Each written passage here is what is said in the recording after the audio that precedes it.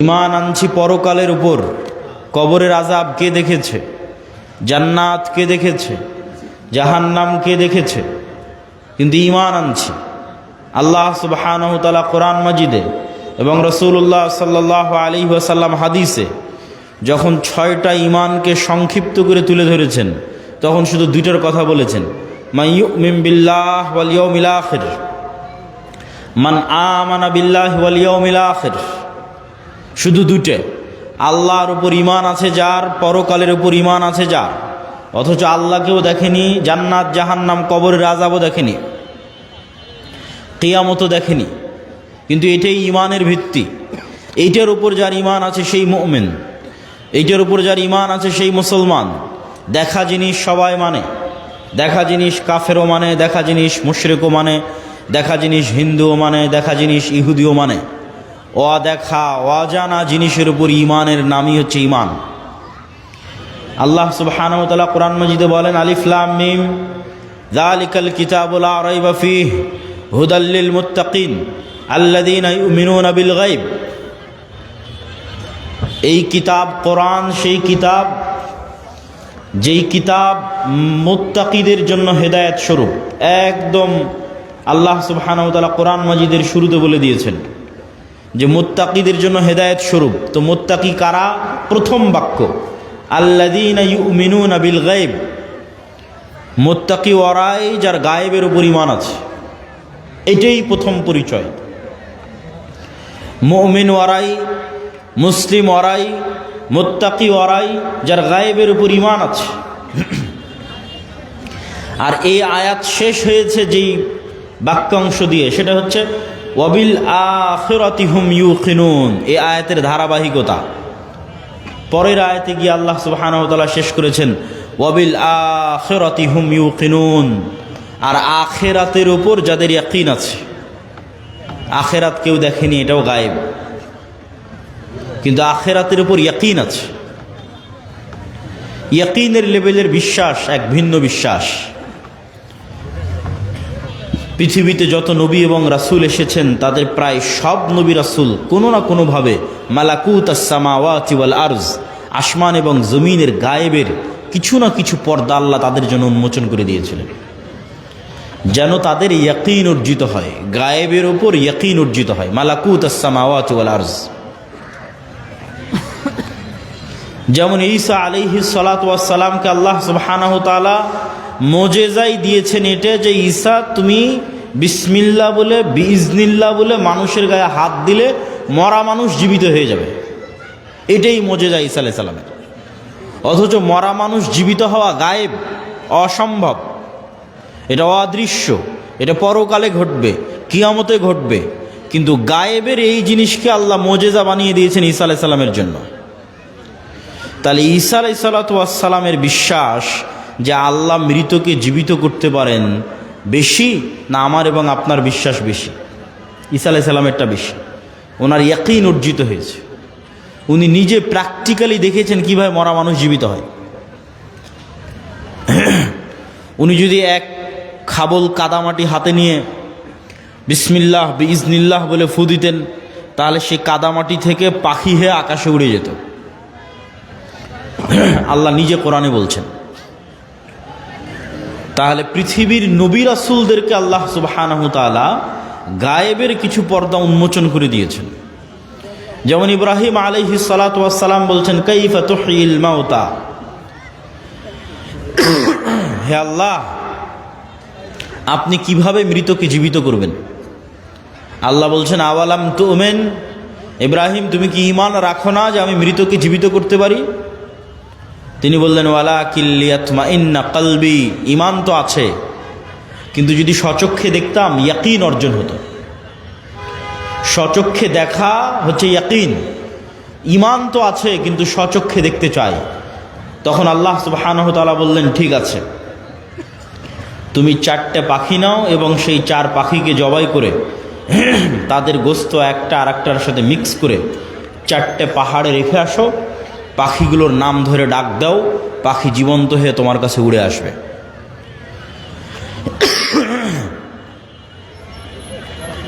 মুসা আলাইহিস সালাতু ওয়াস সালামের জন্য আল্লাহ তার ইমান বিল গায়েবে ইয়াকিন তৈরি করেছেন। ইমান বিল গায়েবে ইয়াকিনের উপকারিতাটা কি?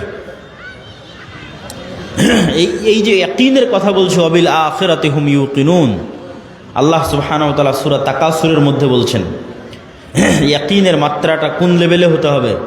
সূরা তাকাসুরে কিভাবে বারবার ইয়াকিনের দিকে নিয়ে যাওয়ার কথা বলা হয়েছে, এটা যদি দেখতাম। আলহাকুমুত তাকাসুর, দুনিয়ার পরস্পরের প্রতিযোগিতা তোমাদের ভুলিয়ে রেখেছে। ছোট বাচ্চাকে যেমন মোবাইল দিয়ে ভুলিয়ে রেখেছেন তার কান্না, অথবা আর কোনো কিছু দিয়ে যখন আপনি মানুষকে কোনো কিছু ভুলিয়ে রাখেন, তো এই দুনিয়াতে মৃত্যুকে ভুলে রাখার এমন কোনো সরঞ্জাম নাই যা এই পৃথিবীতে নাই। আজকের মোবাইল, আজকের বিনোদন, টাকা পয়সা, কাজ কারবার, ধন দৌলত, প্রতি মুহূর্তে মৃত্যুকে ভুলে থাকার সরঞ্জাম পৃথিবীতে আছে। তো বলছে আলহাকুমুত তাকাসুর, তোমাদের ভুলিয়ে রেখেছে দুনিয়ার প্রতিযোগিতা মৃত্যুকে।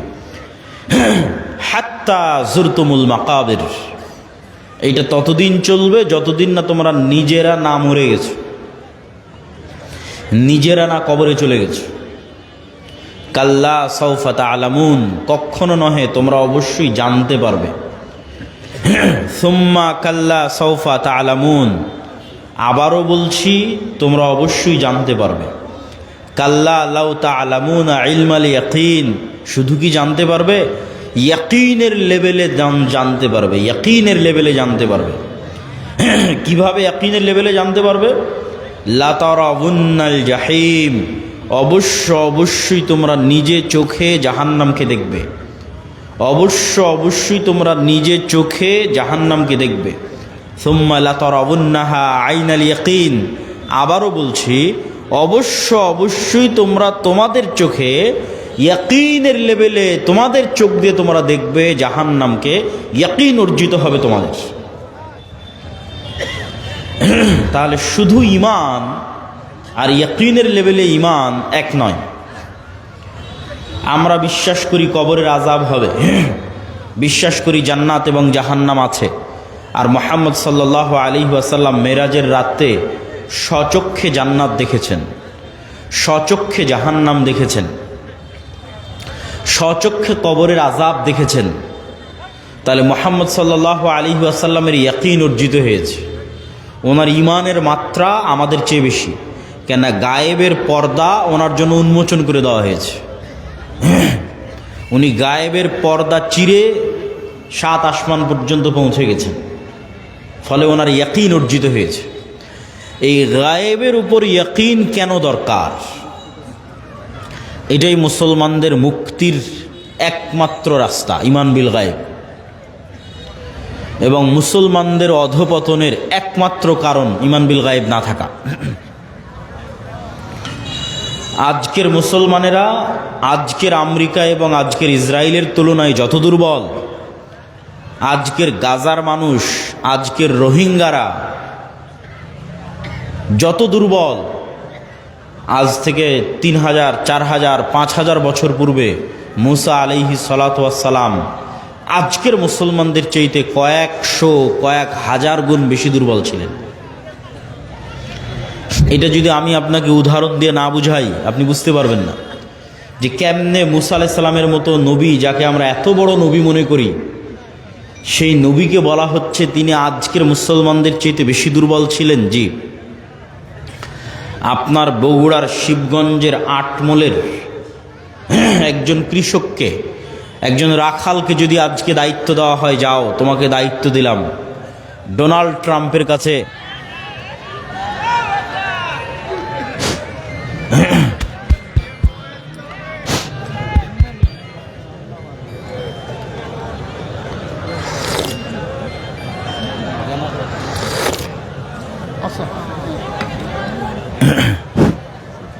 জেনারেটর আছে না?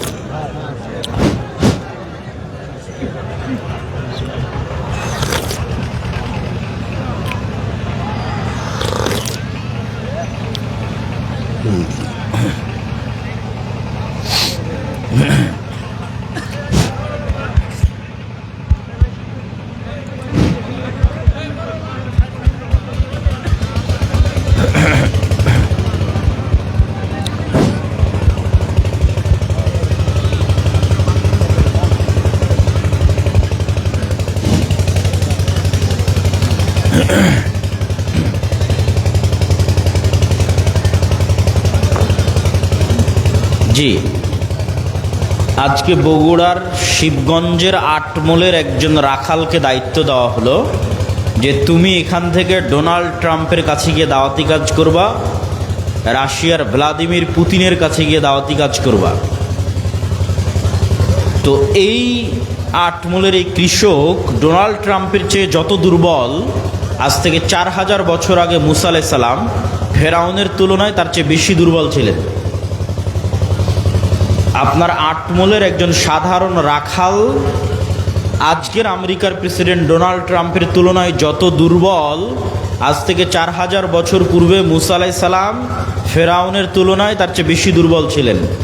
বাস্তবে আপনাকে বুঝিয়ে দিচ্ছি।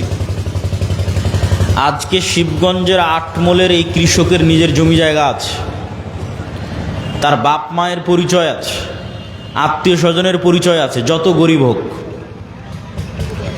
আর আজ থেকে 4000 বছর আগে মুসা আলাইহিস সালাম এমন এক গোলাম কওমের মেম্বার, এমন এক গোলাম জাতির সদস্য, যেই গোলাম জাতির ইউযাব্বিহুনা আবনাআকুম, যাদের প্রত্যেক ছেলে সন্তানকে জবাই করার আদেশ দেওয়া আছে। বাপ মা বেঁচে থাকতেও পরিচয় দিতে পারছে না যে এটা আমার সন্তান। বাপ মা বেঁচে থাকতেও বলতে পারছে না যে মুসা আমার সন্তান। তাহলে মুসার বাপ মা নাই, মুসার নিজস্ব কোনো পরিচয়, যে পরিচয় দিবে যে আমি বানু ইসরাইলের সদস্য, এটার সাহস, এটার বৈধতা ফেরাউনের যুগে মুসা আলাইহিস সালাতু ওয়াস সালামের ছিল না। 2, আজকের এই আটমোলের এই কৃষক ফাঁসির দণ্ডে দণ্ডিত আসামি নয়। আর মুসা আলাইহিস সালামকে যখন বলা হচ্ছে যাও ফেরাউনের কাছে, ইযহাব ইলা ফিরআউন ইন্নাহু তাগা, তখন মুসা আলাইহিস সালাতু ওয়াস সালাম ফেরাউনের দরবারে ফাঁসির দণ্ডে দণ্ডিত আসামি, পাওয়া মাত্র হত্যা করা হবে। আজকের আটমূল শিবগঞ্জের কৃষক ডোনাল্ড ট্রাম্পের নিমক খাওয়া নয়, যে ট্রাম্প তার বাড়ি গাড়ি টাকা পয়সা সব কিছু করে দিয়েছে, এই জন্য তার কাছে নত থাকতে হবে, এটার কোনো প্রয়োজনীয়তা নাই। কিন্তু মুসা আলাইহিস সালাম বড়ই হয়েছে ফেরাউনের বাড়িতে, খেয়েছে ফেরাউনের, থেকেছে ফেরাউনের বাড়িতে। আজ এই রকম এক গোলাম জাতির এরকম এক অসহায় নিরীহ সদস্য, ফাঁসির দণ্ডপ্রাপ্ত আসামিকে বলা হচ্ছে যাও তুমি যার বাড়িতে থেকে খেয়ে বড় হয়েছ তাকে গিয়ে দাওয়াতি কাজ করো।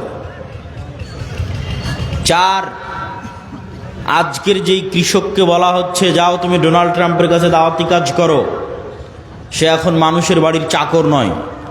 আর যখন মুসা আলাইহিস সালামকে বলা হচ্ছে যাও ফেরাউনকে দাওয়াত দিতে হবে, তখন মুসা আলাইহিস সালাম প্রায় 10 বছর থেকে মানুষের বাড়ির কাজের লোক, প্রায় 10 বছর মানুষের বাড়ির কাজের লোক। তাহলে প্রায় 10 বছর থেকে মানুষের বাড়ির কাজের লোক, ফাঁসির দণ্ডপ্রাপ্ত আসামি, এমন এক গোলাম জাতির সদস্য যেখানে পরিচয় দেওয়া, বাপ মায়ের পক্ষে পরিচয় দেওয়া সম্ভব নয়, এটা আমার সন্তান, এই পরিচয় দিতে পারবে না, অসম্ভব, পরিচয় দিলে দুনিয়া থেকে বিদায় নিয়ে যেতে হবে। এই রকম নিরীহ অসহায় অবস্থায় মুসা আলাইহিস সালামকে বলা হয়েছে ফেরাউনের কাছে যেতে। আর ফেরাউন আজকের যুগে যে যত শক্তিশালী, তার চেয়ে কয়েক শতগুণ বেশি শক্তিশালী। আমি যদি বুঝাতে না পারি সেটা আমার ব্যর্থতা, যে মুসা আলাইহিস সালাম আমার এবং আপনার চেয়ে বেশি দুর্বল ছিলেন। আজকে আমরা আজকের আমেরিকা এবং ইসরায়েলের তুলনায় যত দুর্বল, মুসা আলাইহিস সালাম তার চেয়ে শতগুণ, 1000 গুণ বেশি দুর্বল ছিলেন। এই জন্য মুসা আলাইহিস সালাম সাহস করেননি। মুসা আলাইহিস সালামের ঈমান বিল গায়েবে ইয়াকিন অর্জন হওয়ার পরও মুসা আলাইহিস সালাম ভয় পাচ্ছিলেন। তো তারপরও মুসা আলাইহিস সালাতু ওয়াস সালাম যেতে পেরেছেন, দাওয়াত দিতে পেরেছেন, বিজয় অর্জন করেছেন, তার একটাই কারণ ঈমান বিল গায়ব ইয়াকিন, যেটা দিয়ে আল্লাহ কোরআন শুরু করেছে, ওয়ায়ুমিনুনা বিল গায়ব, গায়বের উপর ইয়াকিন, ওয়া বিল আখিরাতি হুম ইউকিনুন, আখিরাতের উপর ইয়াকিন। তো মুসা আলাইহিস সালাতু ওয়াস সালামের ঈমান বিল গায়বে ইয়াকিন তৈরি করার জন্য আল্লাহ মুসা আলাইহিস সালাতু ওয়াস সালামকে বলছেন, মুসা তোমার হাতে কি? তো বলে লাঠি। আল্লাহ যদি বলতেন, মুসা যে জান্নাত থেকে একটা স্পেশাল লাঠি নিয়ে এসেছি, ম্যাজিক্যাল লাঠি, এই লাঠি তুমি ছাড়লে সাপ হয়ে যাবে, তাহলে মুসা আলাইহিস সালামের ঈমান বিল গায়বে ইয়াকিন অর্জিত হতো না। ওই রকম জাদুকরেরা, ওই রকম কবিরাজেরা, সাপুড়েরা, তাদের কাছে স্পেশাল নিজের প্র্যাকটিস দেওয়া, প্রশিক্ষণ দেওয়া সাপ, পাথর, লাঠি সব থাকে, ওইটা দিয়ে সবই করা যায়। তো আসমান থেকে একটা স্পেশাল লাঠি দিলাম, জান্নাত থেকে একটা স্পেশাল লাঠি দিলাম, দিয়ে বললাম এটা এখন সাপ হয়ে যাবে, এটা ঈমান বিল গায়বে ইয়াকিন অর্জিত হবে না। তো যেই লাঠি মুসা আলাইহিস সালাম 10 বছর থেকে ব্যবহার করছে, 15 বছর থেকে ব্যবহার করছে, যেটা কোনো স্পেশাল লাঠি নয়, এমনি একটা, এই বাঁশ যেমন কোনো স্পেশাল নয়, একটা গাছ থেকে কেটে নিয়ে আসা হয়েছে, এরকম।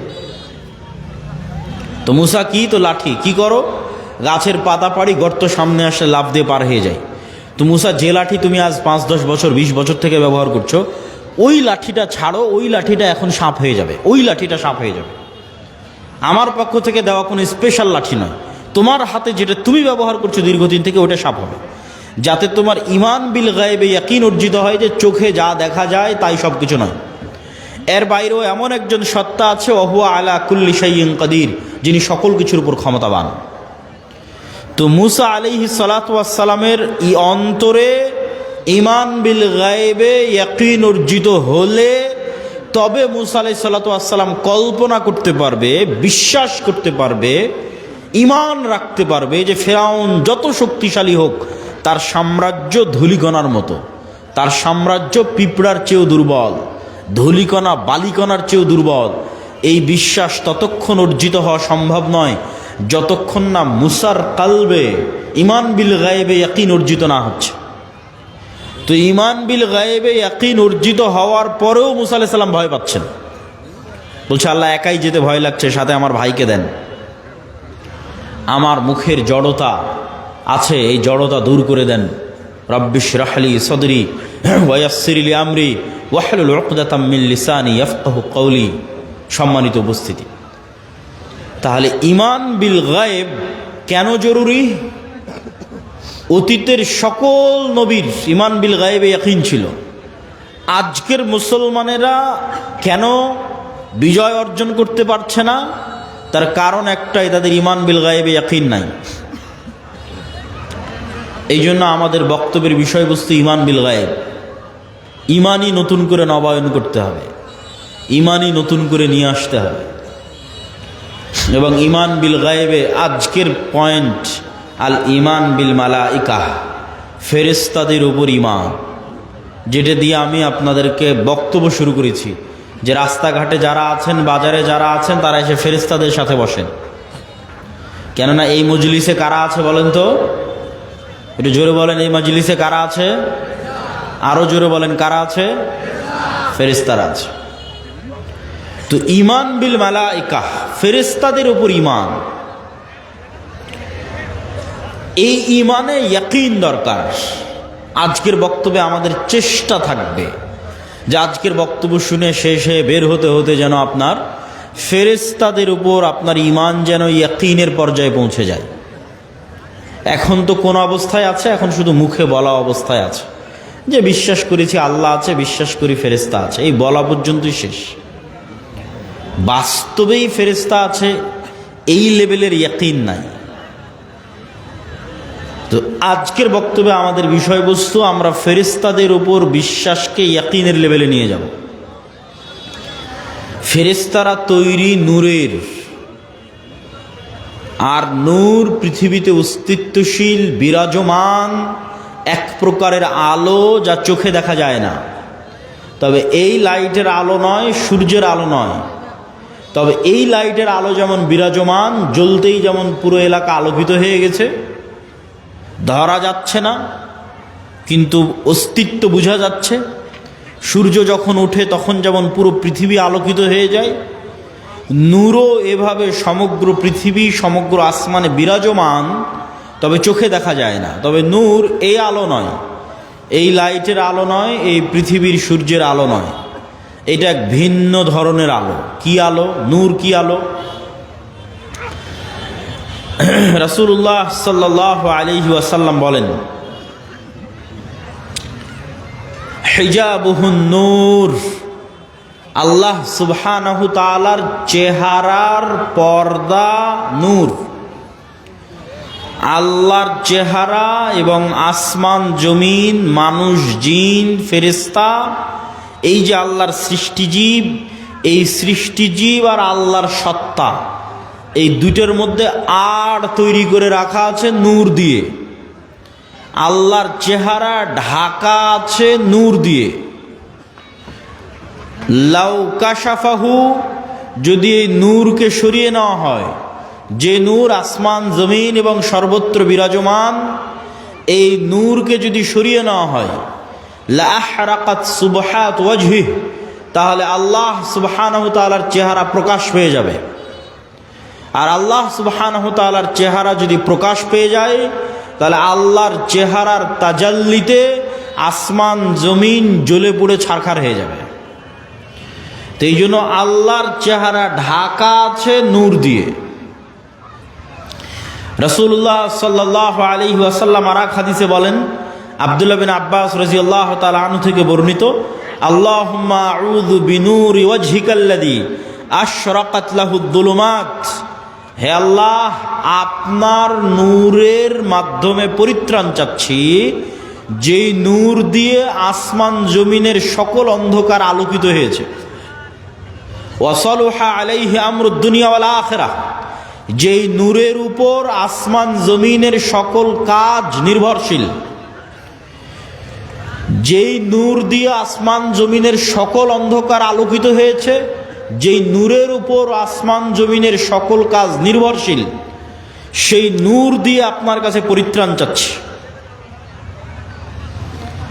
আব্দুল্লাহ বিন মাসউদ রাদিয়াল্লাহু তাআলা আনহু বলেন, লাইসা ইনদা রাব্বিকুম লাইলুন ওয়া নাহার নূরুস সামাওয়াতি ওয়াল আরজি মিন নূরি ওয়াজহি, তোমাদের রাত দিন আছে, আল্লাহর কাছে কোনো রাত দিন নাই। তোমাদের সময় আছে, আল্লাহর কাছে কোনো সময় নাই। আল্লাহ সুবহানাহু ওয়া তাআলা সময়েরও ঊর্ধ্বে, রাত দিনেরও ঊর্ধ্বে। নূরুস সামাওয়াতি মিন নূরি ওয়াজহি, আসমান জমিনের আলো আল্লাহ সুবহানাহু তাআলার চেহারার নূরের প্রভাবে প্রভাবিত।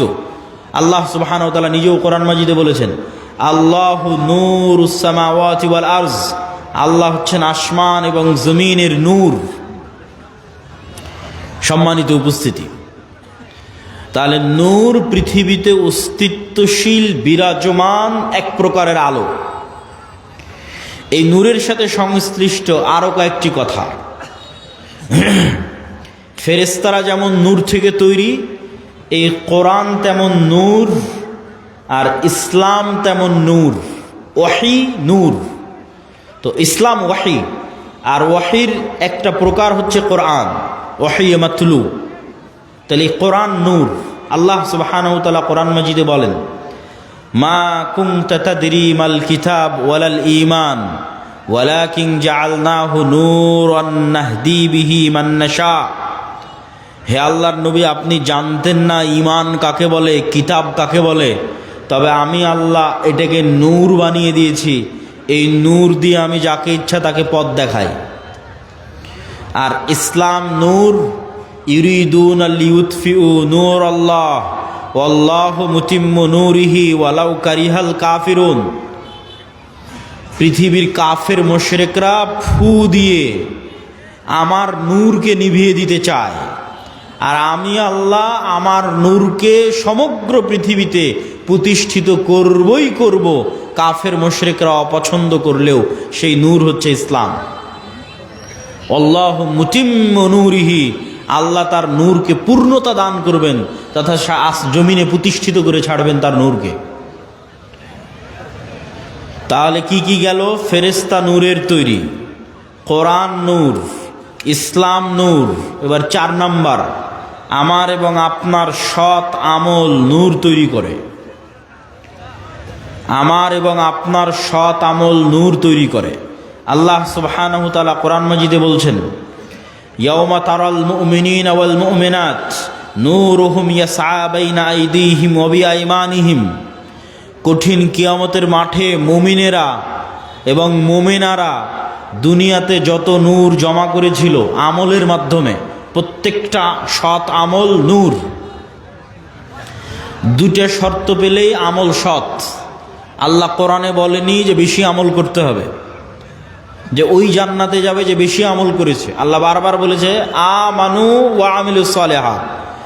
ঈমান বিল গায়েবে, গায়েবে ঈমান আছে, গায়েবের উপর ইয়াকিন আছে, আর আমিলুস সালিহাত সৎ আমল করেছে। সৎ আমল নূর তৈরি করে। তো সৎ আমল 2 শর্তে নূর তৈরি করে, তখন এটা সৎ আমল হয়। 1, যদি হৃদয়ে ইখলাস থাকে, তাহলে ইখলাস পাওয়া মাত্রই নূর তৈরি হওয়া শুরু হয়ে যায়। 2, আমল যদি গায়েবের সাথে মিলে যায়। প্রত্যেকটা আমলের ফরম্যাট গায়েবে নির্ধারিত, যেই ফরম্যাট ওহির মাধ্যমে আল্লাহ রাসূলের কাছে পাঠিয়েছে। গায়েবে নির্ধারিত ফরম্যাটের সাথে না মিললে আমল কবুল হবে না, আমলে নূর তৈরি হবে না। তো গায়েবে নির্ধারিত ফরম্যাটের সাথে মিলাতে চাইলে কাকে দেখতে হবে? মুহাম্মদ সাল্লাল্লাহু আলাইহি ওয়াসাল্লামকে। কেননা গায়েবের ওই ওয়াহি, ওই জ্ঞান মুহাম্মদ সাল্লাল্লাহু আলাইহি ওয়াসাল্লামকে দেওয়া হয়েছে। তাহলে মুহাম্মদ সাল্লাল্লাহু আলাইহি ওয়াসাল্লামের আমলের সাথে যখন আমল হুবহু মিলে যাবে, মানে ওটা গায়েবের ফরম্যাটের সাথে হুবহু মিলে গেছে। আর অন্তরে যখন ইখলাস তৈরি হবে, তখন এই আল্লাহর নবীর সাথে কাজের সাথে মিলে যাওয়া তথা গায়েবের ফরম্যাটের সাথে মিলে যাওয়া আর অন্তরে ইখলাস তৈরি হওয়া, এই 2টা যখন তৈরি হয়ে যাবে তখন আমলে নূর তৈরি হয়ে গেল।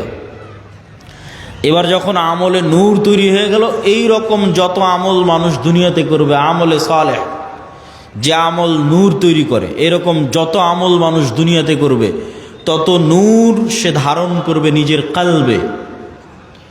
মানুষ তার কালবে নূর ধারণ করতে পারে, এটা আরেকটু পরে আরো বিস্তারিত বলতেছি।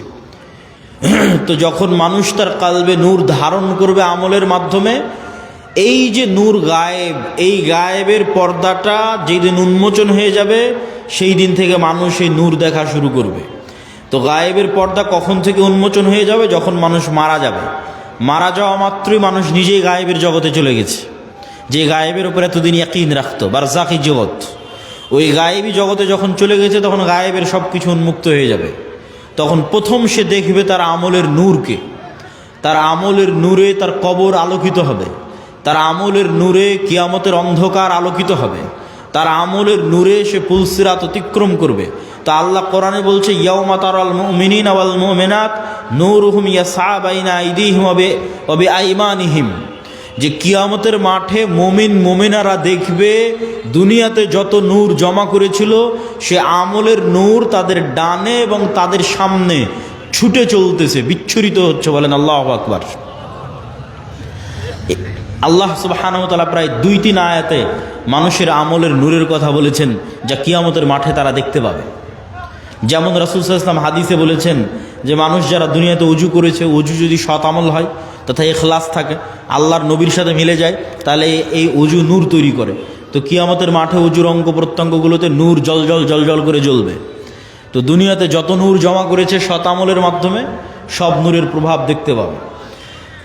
তাহলে 4 নম্বর পয়েন্টে আমরা বললাম সৎ আমল নূর তৈরি করে। এবার 5 নম্বর পয়েন্ট, মানুষের অন্তরে, মানুষের কানে, মানুষের চোখে, মানুষের সামনে, মানুষের পিছনে, মানুষের উপরে, মানুষের নিচে নূর তৈরি হতে পারে। রাসূলুল্লাহ সাল্লাল্লাহু আলাইহি ওয়াসাল্লাম দোয়া করছেন, আল্লাহুম্মা জাআল ফি কলবি নূরা, হে আল্লাহ আমার কালবে নূর তৈরি করে দেন। ওয়া ফি সামঈ নূরা, আমার কানে নূর তৈরি করে দেন। ওয়া ফি বাসরি নূরা, আমার চোখে নূর তৈরি করে দেন। এভাবে বলতে বলতে ডানে বামে, সামনে পিছনে, উপরে নিচে সকল অঙ্গ প্রত্যঙ্গে তিনি আল্লাহর কাছে নূর চেয়েছেন। তো নূরের অস্তিত্ব পৃথিবীতে এত বাস্তব যা আপনার যেমন চোখের পাওয়ার সরাসরি দেখা যায় না, কিন্তু যন্ত্র দিয়ে মাপলে ধরা পড়ে চোখের পাওয়ার কম কি বেশি। বাস্তবে অনুভব করতে পারেন চোখের পাওয়ার কমে গেছে কি বেশি হয়েছে। আপনার কানের শ্রবণ শক্তি কমেছে কি বেশি আছে, এটা যেমন অনুভব করতে পারেন। মেশিন লাগাতে হয় ভালো মতো শোনার জন্য। আপনার শরীরের রক্তের মাত্রা, প্রেশার লো না হাই, সেটা যেমন মেশিন দিয়ে মাপা যায়, অথচ চোখে দেখা যায় না। আপনার রক্তের মধ্যে সুগার কতটুকু আছে সেটা যেমন মেশিন দিয়ে মাপা যায়, ধরতেই মেশিনে উঠে আসতেছে, অথচ চোখে দেখা যায় না। আপনার শরীরের তাপমাত্রা যেমন থার্মোমিটার দিয়ে মাপা যায়, অথচ চোখে দেখা যায় না। থার্মোমিটার ধরলে উঠে আসতেছে তাপমাত্রা এত। আপনার হার্ট বিটের পালস যেমন মেশিন ধরতে পারতেছে কত, অথচ চোখে দেখা যায় না। এই প্রত্যেকটা জিনিস যতটা সত্য, এই প্রত্যেকটা জিনিসে নূর তৈরি হয়, এটা তার চেয়ে বেশি সত্য। যে আপনার চোখের পাওয়ার আছে এটা যত সত্য, আপনার চোখে নূর আছে অথবা নাই এটা তত সত্য। আপনার কালবে হার্টবিট চলছে এটা যত সত্য, আপনার কালবে নূর আছে অথবা নাই এটা তার চেয়ে বেশি সত্য। আজকে এখানে যতজন উপস্থিত হয়েছেন, এখন উপস্থিত আছেন, তাদের কালবে ন্যূনতম নূর আছে দেখে আপনি এখানে উপস্থিত হয়েছেন। ন্যূনতম নূর আছে দেখে উপস্থিত হয়েছেন। আর কার কালবে নূর নাই, একটুকু নাই। একটা আলামত বলি, যার কালবে চুল পরিমাণও নূর নাই, যাদের ক্ষেত্রে আল্লাহ কোরআনে বলেছেন খাতামাল্লাহু আলা কুলুবিহিম, আল্লাহ তাদের অন্তরে মোহর মেরে দিয়েছেন, মৃত হৃদয়। তো এই মৃত হৃদয়ের একটা আলামত কি? যেমন কেউ যদি পরপর 3 জুমার সালাত পরিত্যাগ করে, তো রাসূল সাল্লাল্লাহু আলাইহি ওয়াসাল্লাম বলেছেন আল্লাহ ওর অন্তরে মোহর মেরে দেয়, তথা ওই অন্তরে নূর নাই, শেষ, মৃত হৃদয়। চলছে হার্টবিট কিন্তু পশুর মতো, চলছে রক্তনালী কিন্তু পশুর মতো, তথা আর জীবিত সে নাই, কেননা তার কাল্ব জীবিত নাই, তার কাল্ব মারা গেছে, নূর নাই। নূর না থাকলে কাল্ব মৃত্যুবরণ করে। সম্মানিত উপস্থিতি, তাহলে আমরা কয়েক পয়েন্টে আপনাদের সামনে তুলে ধরলাম যে নূর পৃথিবীতে অস্তিত্বশীল, বিরাজমান, মানুষের কালবে, চোখে, কানে তৈরি হতে পারে। কোরআন নূর, ইসলাম নূর, ফেরেশতারা নূরের তৈরি, এবং মানুষের সৎ আমল নূর তৈরি করে, এবং নূর তৈরি করতে করতে আমল আসমানের দিকে উঠতে থাকে। ইলাইহি ইয়ারফাউল কালিমুত তাইয়্যিব ইয়াসআদুল কালিমুত তাইয়্যিব, সৎ কথা, সৎ বাক্য আল্লাহর দিকে উঠে যেতে থাকে, উপরের দিকে উঠে যেতে থাকে। এবং ইবনুল কাইয়্যিম রাহিমাহুল্লাহ বলছেন মানুষের রূহ নূরুন লাতীফ, মানুষের রূহ হচ্ছে এক প্রকারের সূক্ষ্ম নূর। এই জন্য রূহ দেখা যায় না, কেননা নূর অদৃশ্য, তো রূহ অদৃশ্য। কিন্তু মানুষের আত্মপরিচয় রূহের উপর নির্ভর করে। মানুষকে যদি পুনরায়ও মানুষের শরীরের সকল কিছু যদি কাজে লাগানো যায়, আর যদি রূহ না দেওয়া যায়, তাহলে আত্মপরিচয় ফিরে আসবে না। যেমন আইনস্টাইনের ব্রেন যদি কপি করা যায়, ইমাম বুখারীর ব্রেন যদি কপি করা যায়, বিজ্ঞান যদি এই লেভেলে পৌঁছে যায়, কিন্তু ইমাম বুখারী, আইনস্টাইন, নিউটন ওরা ফিরে আসবে না, ওদের আত্মপরিচয় ফিরে আসবে না। কেন? আত্মপরিচয় নির্ভর করে রূহের উপর। নূরুন লতিফ। ইয়াসআলুনাকা আনির রূহ কুলির রূহু মিন আমরি রাব্বি, মানুষজন জিজ্ঞেস করে, বলে রূহ কি? আপনি বলে দিন রূহ আল্লাহর আদেশ। আল্লাহ যখন চান প্রতি রাতে রূহকে উঠিয়ে নেন। যাদের আল্লাহ মৃত্যু দিতে চান তাদের রূহকে তার কাছে আটকে রেখে দেন, এরা সকালবেলা মৃত অবস্থায় উঠে। আর যাদের আল্লাহ সুবহানাহু ওয়া তাআলা বাঁচিয়ে রাখতে চান, এদের রূহকে আবার ফেরত দিয়ে দেন। এই জন্য সকালবেলা এরা জীবিত অবস্থায় উঠে। এই জন্য দোয়ার মধ্যে বলা হয়েছে আল্লাহুম্মা বিইসমিকা আমুতু, হে আল্লাহ তোমার নামে আমি মারা যাচ্ছি। কেননা তখন রূহের কাজ শেষ হয়ে যায়। রূহের কাজ দেখা, রূহের কাজ শোনা, রূহের কাজ চিন্তা করা, রূহের কাজ বোঝা। বাকি শরীরের হার্টবিট, রক্ত সঞ্চালন এগুলো তো চলছেই, কিন্তু দেখা, শোনা, চিন্তা, গবেষণা যখন বন্ধ হয়ে যায় তখন রূহের কাজ শেষ। এই জন্য যখন মানুষ ঘুমিয়ে যায় তখন রূহের আর কোনো কাজ থাকে না, তখন রূহ উড়াল দেয়। আল্লাহ সুবহানাহু ওয়া তাআলা তার কাছে নিয়ে নেন রূহকে। কোরআনের আয়াতে আল্লাহ সুবহানাহু ওয়া তাআলা বলছেন। এবং সকালবেলা যখন ঘুম থেকে উঠে তখনও দোয়ার মধ্যে শিখিয়ে দেওয়া আছে যে প্রশংসা ওই আল্লাহর, যিনি আমাদেরকে পুনরায় জীবিত করেছে মৃত্যু দেওয়ার পর। তাহলে মৃত্যু দিল কখন? ঘুমই মৃত্যু। এবং প্রত্যেকটা লেভেলে পরবর্তী লেভেলের আলামত আছে, প্রত্যেক লেভেলে পরবর্তী লেভেলের আলামত আছে। এখন আমরা কোন লেভেলে আছি? এখন আছে দুনিয়ার লেভেলে। এই দুনিয়াতে বসে থেকেই বারজাখি জীবন কেমন হবে তার আলামত দেওয়া আছে, যে পরের জগৎটা কেমন হবে তুমি দুনিয়াতে বেঁচে থাকতেই বুঝে নাও। এবার যখন বারজাখি জগতে চলে যাবেন তখন ওখানে আলামত দেওয়া হবে যে কিয়ামতের পরের জগৎ কেমন হবে তুমি এখান থেকে বুঝে নাও। বারজাখি জগৎ থেকে হালকা হালকা বুঝতে পারবে, কেননা জান্নাতের সাথে দরজা খুলে দেওয়া হবে, কারো দরজা জাহান্নামের সাথে খুলে দেওয়া হবে, সরাসরি জান্নাতে দেওয়া হবে না, সরাসরি জাহান্নামে দেওয়া হবে না, কিন্তু ওখানে বসে থেকে বুঝতে পারবে হালকা হালকা যে জান্নাত কেমন হতে পারে, ওখান থেকে বসে থেকে বুঝতে পারবে হালকা হালকা যে জাহান্নাম কেমন হতে পারে। ঠিক এই দুনিয়াতে বসে থেকে পরের জগতের একটু আলামত, সেটাই হচ্ছে ঘুম। যে মৃত্যুর জগৎ কেমন হতে পারে সেটার আলামতই হচ্ছে ঘুম। প্রতিদিন মানুষ মৃত্যুবরণ করে। বারজাখি জগৎ কেমন হতে পারে সেটার আলামতই হচ্ছে ঘুম। এবং মানুষের যে এই ট্রান্সফার, এইটা অবাস্তব নয়, এটার অসংখ্য চিহ্ন আল্লাহর সৃষ্টিজীবের মধ্যে আছে। গায়েবের অসংখ্য আলামত আল্লাহ হয়তো মানুষের মধ্যে দিয়ে রাখেনি, কিন্তু আল্লাহর অন্য সৃষ্টিজীবের মধ্যে দিয়ে রেখেছে। যেমন আল্লাহর একটা সৃষ্টিজীব প্রজাপতি।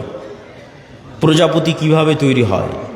প্রজাপতি প্রথমে শুঁয়ো পোকা থাকে, পোকা হিসেবে সে বিভিন্ন গাছের পাতা খেয়ে বেড়ায়। ঠিক যেভাবে আচা পোকা থাকে ওইরকম পোকার মতো সে জীবনযাপন করে, উঠতে পারে না। তাহলে পোকা হিসেবে জীবনযাপন করে গাছের পাতা খেয়ে 1.5-2 মাস পার করে। 1.5-2 মাস পার করার পর এই পোকা তার নিজের চারিপাশে একটা আবরণ তৈরি করে ওর মধ্যে মারা যায়। ওর মধ্যে মারা যাওয়ার আবার 15-20 দিন, 1 মাস 1.5 মাস পর ওই বাইরে ওই আবরণটা খুলে যখন বের হয় তখন প্রজাপতি হয়ে আকাশে উড়াল দেয়। তাহলে একটাই প্রাণী কয় ধরনের জীবনযাপন করতেছে এক পৃথিবীতে?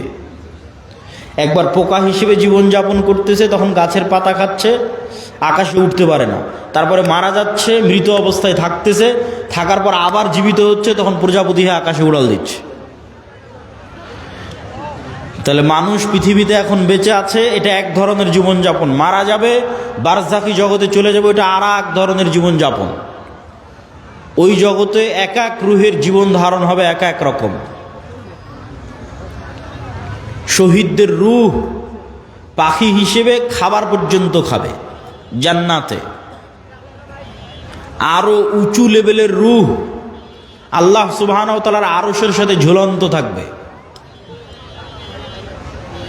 সম্মানিত উপস্থিতি, তাহলে পরবর্তী জীবন যে সম্ভব, এটার নিদর্শন আল্লাহর সৃষ্টিজীবের মধ্যেই পৃথিবীতে আছে। একই সময়ে বিভিন্ন ধরনের জীবনযাপন করা যেতে পারে, তার প্রমাণ আল্লাহর অন্য সৃষ্টিজীবের মধ্যে আছে। তা আমরা আলোচনা করছিলাম নূর, গায়েব, ফেরেশতা। ফেরেশতারা নূরের তৈরি, আর নূর পৃথিবীতে বিরাজমান। নূর পৃথিবীতে অস্তিত্বশীল। এবার চলেন আমরা দেখব সাহাবীদের বিশ্বাস কেমন ছিল ফেরেশতাদের উপরে। রাসূল সাল্লাল্লাহু আলাইহি ওয়াসাল্লামের জীবদ্দশায় সাহাবীদের বিশ্বাস কেমন ছিল ফেরেশতাদের উপরে, তার দু একটা হাদিস দেখে নিই। ফেরেশতাদেরকে দেখা সম্ভব, ফেরেশতাদের আওয়াজ শোনা সম্ভব, ফেরেশতাদের অস্তিত্বের অনুভূতি সম্ভব। নবী ছাড়া সাধারণ মানুষও ফেরেশতা দেখেছে, নবী ছাড়া সাধারণ মানুষও ফেরেশতার আওয়াজ শুনেছে। আবু হুরায়রা রাদিয়াল্লাহু তাআলা আনহু থেকে বর্ণিত, তিনি বলেন, একদিন এক ব্যক্তি রাস্তা দিয়ে চলতেছে, তো আকাশ থেকে একটা আওয়াজ পেল, ইসকি হাদিকাতা ফুলান, অমুকের বাগানে পানি বর্ষণ করো। তো সেই ব্যক্তি দেখলো মেঘমালা ওই নির্দিষ্ট একটা বাগানে গিয়ে সেখানে বৃষ্টি বর্ষণ করলো। সেই বৃষ্টি বর্ষণের পানি নালা বেয়ে পড়ে যাচ্ছে। তো এই পানির আলামত ধরে ধরে যারা পিছনে দাঁড়িয়ে আছেন তারা এই পাশে, আমার হাতের বাম পাশে জায়গা খালি আছে। যারা ডান দিকে অথবা পিছনে দাঁড়িয়ে আছেন তারা হাতের বাম পাশে চলে এসে বসতে পারেন। তো অদৃশ্য গায়েব থেকে আওয়াজ শুনে ওই ব্যক্তি ওই পানির লাইন ধরে ধরে জমিতে গেল। তো গিয়ে দেখে সেখানে একটা ব্যক্তি কাজ করতেছে, জমি চাষ করতেছে। বলে, ভাই তোমার নাম কি? তো বলে, আমার নাম এই। তো এই ব্যক্তি বলছে, বারে যেই নাম আকাশে শুনলাম এ তো দেখি সেই নাম বলে। তখন এই ব্যক্তি বলছে, আমি আকাশে তোমার নাম শুনলাম যে অমুকের বাগানে পানি বর্ষণ করো। তো তুমি বলো তো তুমি এমন কি করো যে আকাশে তোমার নামে আদেশ হয় যেন তোমার বাগানে পানি বর্ষিত হয়। তো এই ব্যক্তি বলল যে আমার জমিন থেকে যা ফসল উঠে সেই ফসলের 3 ভাগ করি আমি। 3 ভাগের 1 ভাগ আল্লাহর রাস্তায় দান করে দিই, 3 ভাগের 1 ভাগ এই জমিতে আবার ব্যয় করি, আবার আবাদ করতে খরচ করি, আর 3 ভাগের 1 ভাগ দিয়ে আমার দৈনন্দিন জীবন সংসার সারা বছর পরিচালনা করি। তো এই ব্যক্তি কোনো নবী নয়, সে ফেরেশতার আওয়াজ শুনেছে যে ফেরেশতা বলতেছে, ইসকি হাদিকাতা ফুলান, উমুকের বাগানে বৃষ্টি বর্ষণ করো। দেখেন ফেরেশতার অস্তিত্ব পৃথিবীতে অতি বাস্তব। কত বাস্তব? আমার আত্মীয় স্বজন, ভাই বোন, সন্তান সন্ততির চেয়ে বেশি বাস্তব। কেন আমার আত্মীয় স্বজন, ভাই বোন, বাপ মা, সন্তান সন্ততির চেয়ে বেশি বাস্তব? এই জন্য যে আল্লাহ যখন প্রথম আমাদের সৃষ্টি করেছে, প্রথম যখন জান্নাতে আল্লাহ আমাদের সৃষ্টি করেছে আমাদের আদি পিতা আদম আলাইহিসসালাতু ওয়াসসালামকে, তখন আদম আলাইহিসসালাতু ওয়াসসালাম চোখ খুলে দেখেনি যে এটা আমার বাপ, এটা আমার মা, আর চোখ খুলে দেখেনি যে এটা আমার বউ, চোখ খুলে দেখেনি যে এটা আমার ছেলে। চোখ খুলে প্রথম পরিচিত হয়েছে বারে ফেরেশতা। ওয়াইজ ক্বালা রাব্বুকা লিল মালাইকাতি ইন্নী জাইলুন ফিল আরদি খলিফা ক্বালু আতাজআলু ফিহা মান ইউফসিদু ফিহা ওয়া ইয়াসফিকুদ দিমা। আল্লাহ নিজে পবিত্র কোরআনে ব্যাপকভাবে বর্ণনা করেছেন এই ঘটনা। আল্লাহ সুবহানাহু ওয়া তাআলা ডাক দিয়ে ফেরেশতাদের বলছেন যে আমি পৃথিবীতে মানুষ তৈরি করতে চাই। তখন ফেরেশতারা বলছে, আপনি পৃথিবীতে এমন কাউকে তৈরি করবেন যারা ফিতনা ফাসাদ করবে? নাহনু নুসাব্বিহু বিহামদিক ওয়া নুকদ্দিসু লাক। আপনার কত তাসবিহ লাগবে? আমরা তো সারাদিন তাসবিহ পাঠ করছি, আপনার পবিত্রতা বর্ণনা তো আমরা করছি। তখন আল্লাহ বললেন, ইন্নী আ'লামু মা লা তা'লামুন। ফেরেশতারা তোমরা অতটুকুই জানো যতটুকু আমি তোমাদের জানিয়েছি, পুরো গায়েব তোমরা তো জানো না, সম্পূর্ণ গায়েব তোমাদের জানা নাই, যতটুকু আমি জানিয়েছি ততটুকুই জানো। ওয়া আল্লামা আদামাল আসমাআ কুল্লাহা সুম্মা আরাদাহুম আলাল মালাইকা। আদমকে কিয়ামত পর্যন্ত যা সৃষ্টি হবে সব আল্লাহ শিখিয়ে দিয়েছেন।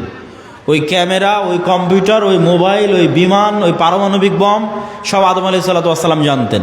আদম আলাইহিসসালাতু ওয়াসসালামের ব্রেনে ছিল বলেই সেটা ট্রান্সফার হতে হতে হতে হতে হতে হতে মানুষের ব্রেনে এখনও আছে। এই জন্য ওটা মানুষ বের করে নিয়ে আসতে পারতেছে। যদি বাপের ব্রেনে না থাকে জীবনে সম্ভব নয় ওটা নিয়ে আসা। বাপের ব্রেনে ছিল, ট্রান্সফার হতে হতে মানুষের ব্রেনেও আছে। সময় সাপেক্ষে যুগের প্রয়োজনে বের হতে থেকেছে। যুগের চাহিদায় ওই পর্দাটা উন্মুক্ত হয়ে গেছে, যুগের চাহিদায় ওই পর্দাটা উন্মুক্ত হয়ে গেছে, ওই জ্ঞানের দরজাটা খুলে গেছে। কিন্তু সবগুলো জ্ঞান আগেই বাপের ব্রেনে রাখা আছে। বাপের ব্রেন থেকে ট্রান্সফার হতে হতে সন্তানের ব্রেনেও আসতে থেকেছে। যুগের প্রয়োজনে যখন যে জ্ঞানের দরকার, যখন যে গায়েবের পর্দা উন্মোচন হওয়ার দরকার, সেটা উন্মোচন হতে থেকেছে। ও আল্লামা আদামাল আসমা কুল্লাহা, সব শিখিয়ে দিলেন আল্লাহ আদম আলাইহিস সালামকে। তারপরে ফেরেশতাদের ডাক দিয়ে বললেন, ফেরেশতারা বলো, আম্বিউনি বি আসমাই হাউলাই, এগুলোর নাম বলো, এগুলো কি? তখন ফেরেশতারা আর বলতে পারে না। ক্বালু সুবহানাক লা ইলমা লানা ইল্লা মা আল্লামতানা। আল্লাহ আপনার পবিত্রতা, আপনি মহাপবিত্র, আমরা অতটুকুই জানি যতটুকু আপনি জানিয়েছেন, এর বাইরে আমাদের জানার কোনো ক্ষমতা নেই। ইন্নাকা আনতাল আলিমুল হাকিম, আপনি হলেন সর্বজ্ঞানী, আপনি হলেন সর্বজ্ঞানী এবং সর্বপ্রজ্ঞাময়। তখন আল্লাহ বললেন, ইয়া আদম আম্বিউহুম, এই যে আদম, এবার তুমি বলো তো এই জিনিসগুলোর নাম কি? ফালাম্মা আম্বাহুম বিআসমাইহিম, তখন আদম আলাইহিসসালাতু ওয়াসসালাম সবগুলোর নাম বলে দিলেন। এবার আল্লাহ ফেরেশতাদের বলেন, ওয়াইজ কুলনা লিল মালাইকাতি ইসজুদু লি আদম, তখন আমি আল্লাহ ফেরেশতাদের বললাম, ফেরেশতারা তোমরা এবার আদমকে সিজদা করো। তাহলে আমরা সবার আগে কাদেরকে দেখলাম এবার বলেন? জোরে বলেন না যে কাদের দেখলাম? না আর এক মানুষকে দেখেছি। তাহলে আপনার বাপ মা আগে না ফেরেশতা আগে? ফেরেশতা আগে। আপনার সন্তান আগে না ফেরেশতা আগে? আপনার সন্তানের অস্তিত্বের চেয়ে বিশেষত্ব আপনার সাথে ফেরেশতা আছে, আমাদের সাথে ফেরেশতা আছে। আপনার বাপ মায়ের অস্তিত্বের চেয়ে বিশেষত্ব যে আমাদের সাথে ফেরেশতা আছে। কেন আমরা যখন প্রথম সৃষ্টি হয়েছি তখন থেকে ফেরেশতাদের সাথে আমরা কানেক্টেড, তখন থেকে আমরা ফেরেশতাদের দেখেছি। গায়েবের উপর ঈমান না থাকার কারণে দুনিয়াতে এসে ভুলে গেছি। তাহলে আদম আলাইহিসসালাতু ওয়াসসালামের ঈমান কোন লেভেলের হবে যে ফেরেশতারা আছে?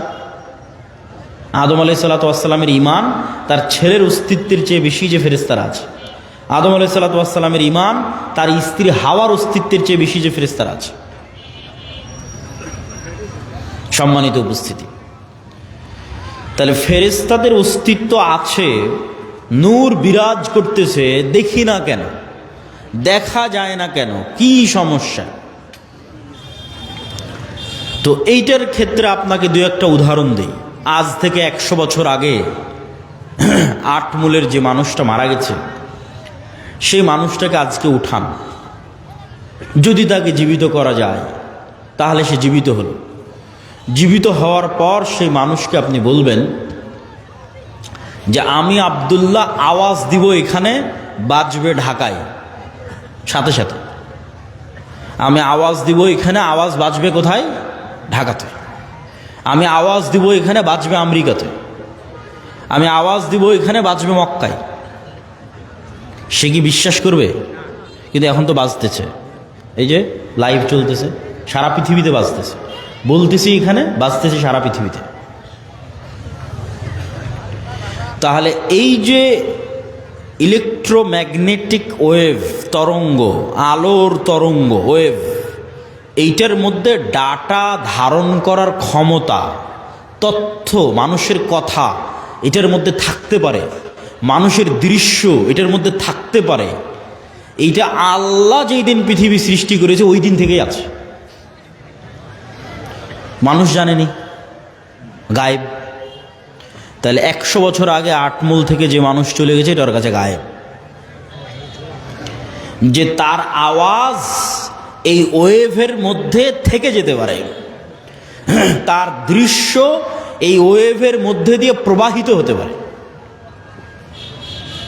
শুধু তাই নয়, মানুষের পক্ষে যদি আজকে সম্ভব হয় যে মানুষ আলোর গতি তথা যেই আলোর মাধ্যমে, যে ওয়েভের মাধ্যমে আমার কথা মোবাইল দিয়ে এখন ঢাকাতেও বাজতেছে, লালমনিরহাটেও বাজতেছে, আমেরিকা, লন্ডন, ইউরোপেও বাজতেছে, সৌদি, কুয়েত, কাতার, বাহরাইনেও বাজতেছে, এখন সাথে সাথে যেই ওয়েভের মধ্যে দিয়ে আমার দৃশ্য ছুটে চলে যাচ্ছে, যেই ওয়েভের মধ্যে দিয়ে আমার আওয়াজ ছুটে চলে যাচ্ছে, এর চাইতে যদি আমরা কোনো গতিশীল কিছু আবিষ্কার করতে পারি যে এর চেয়ে দ্রুত আমি উড়ে চলে যাব, মানুষের পক্ষে সম্ভব নয়।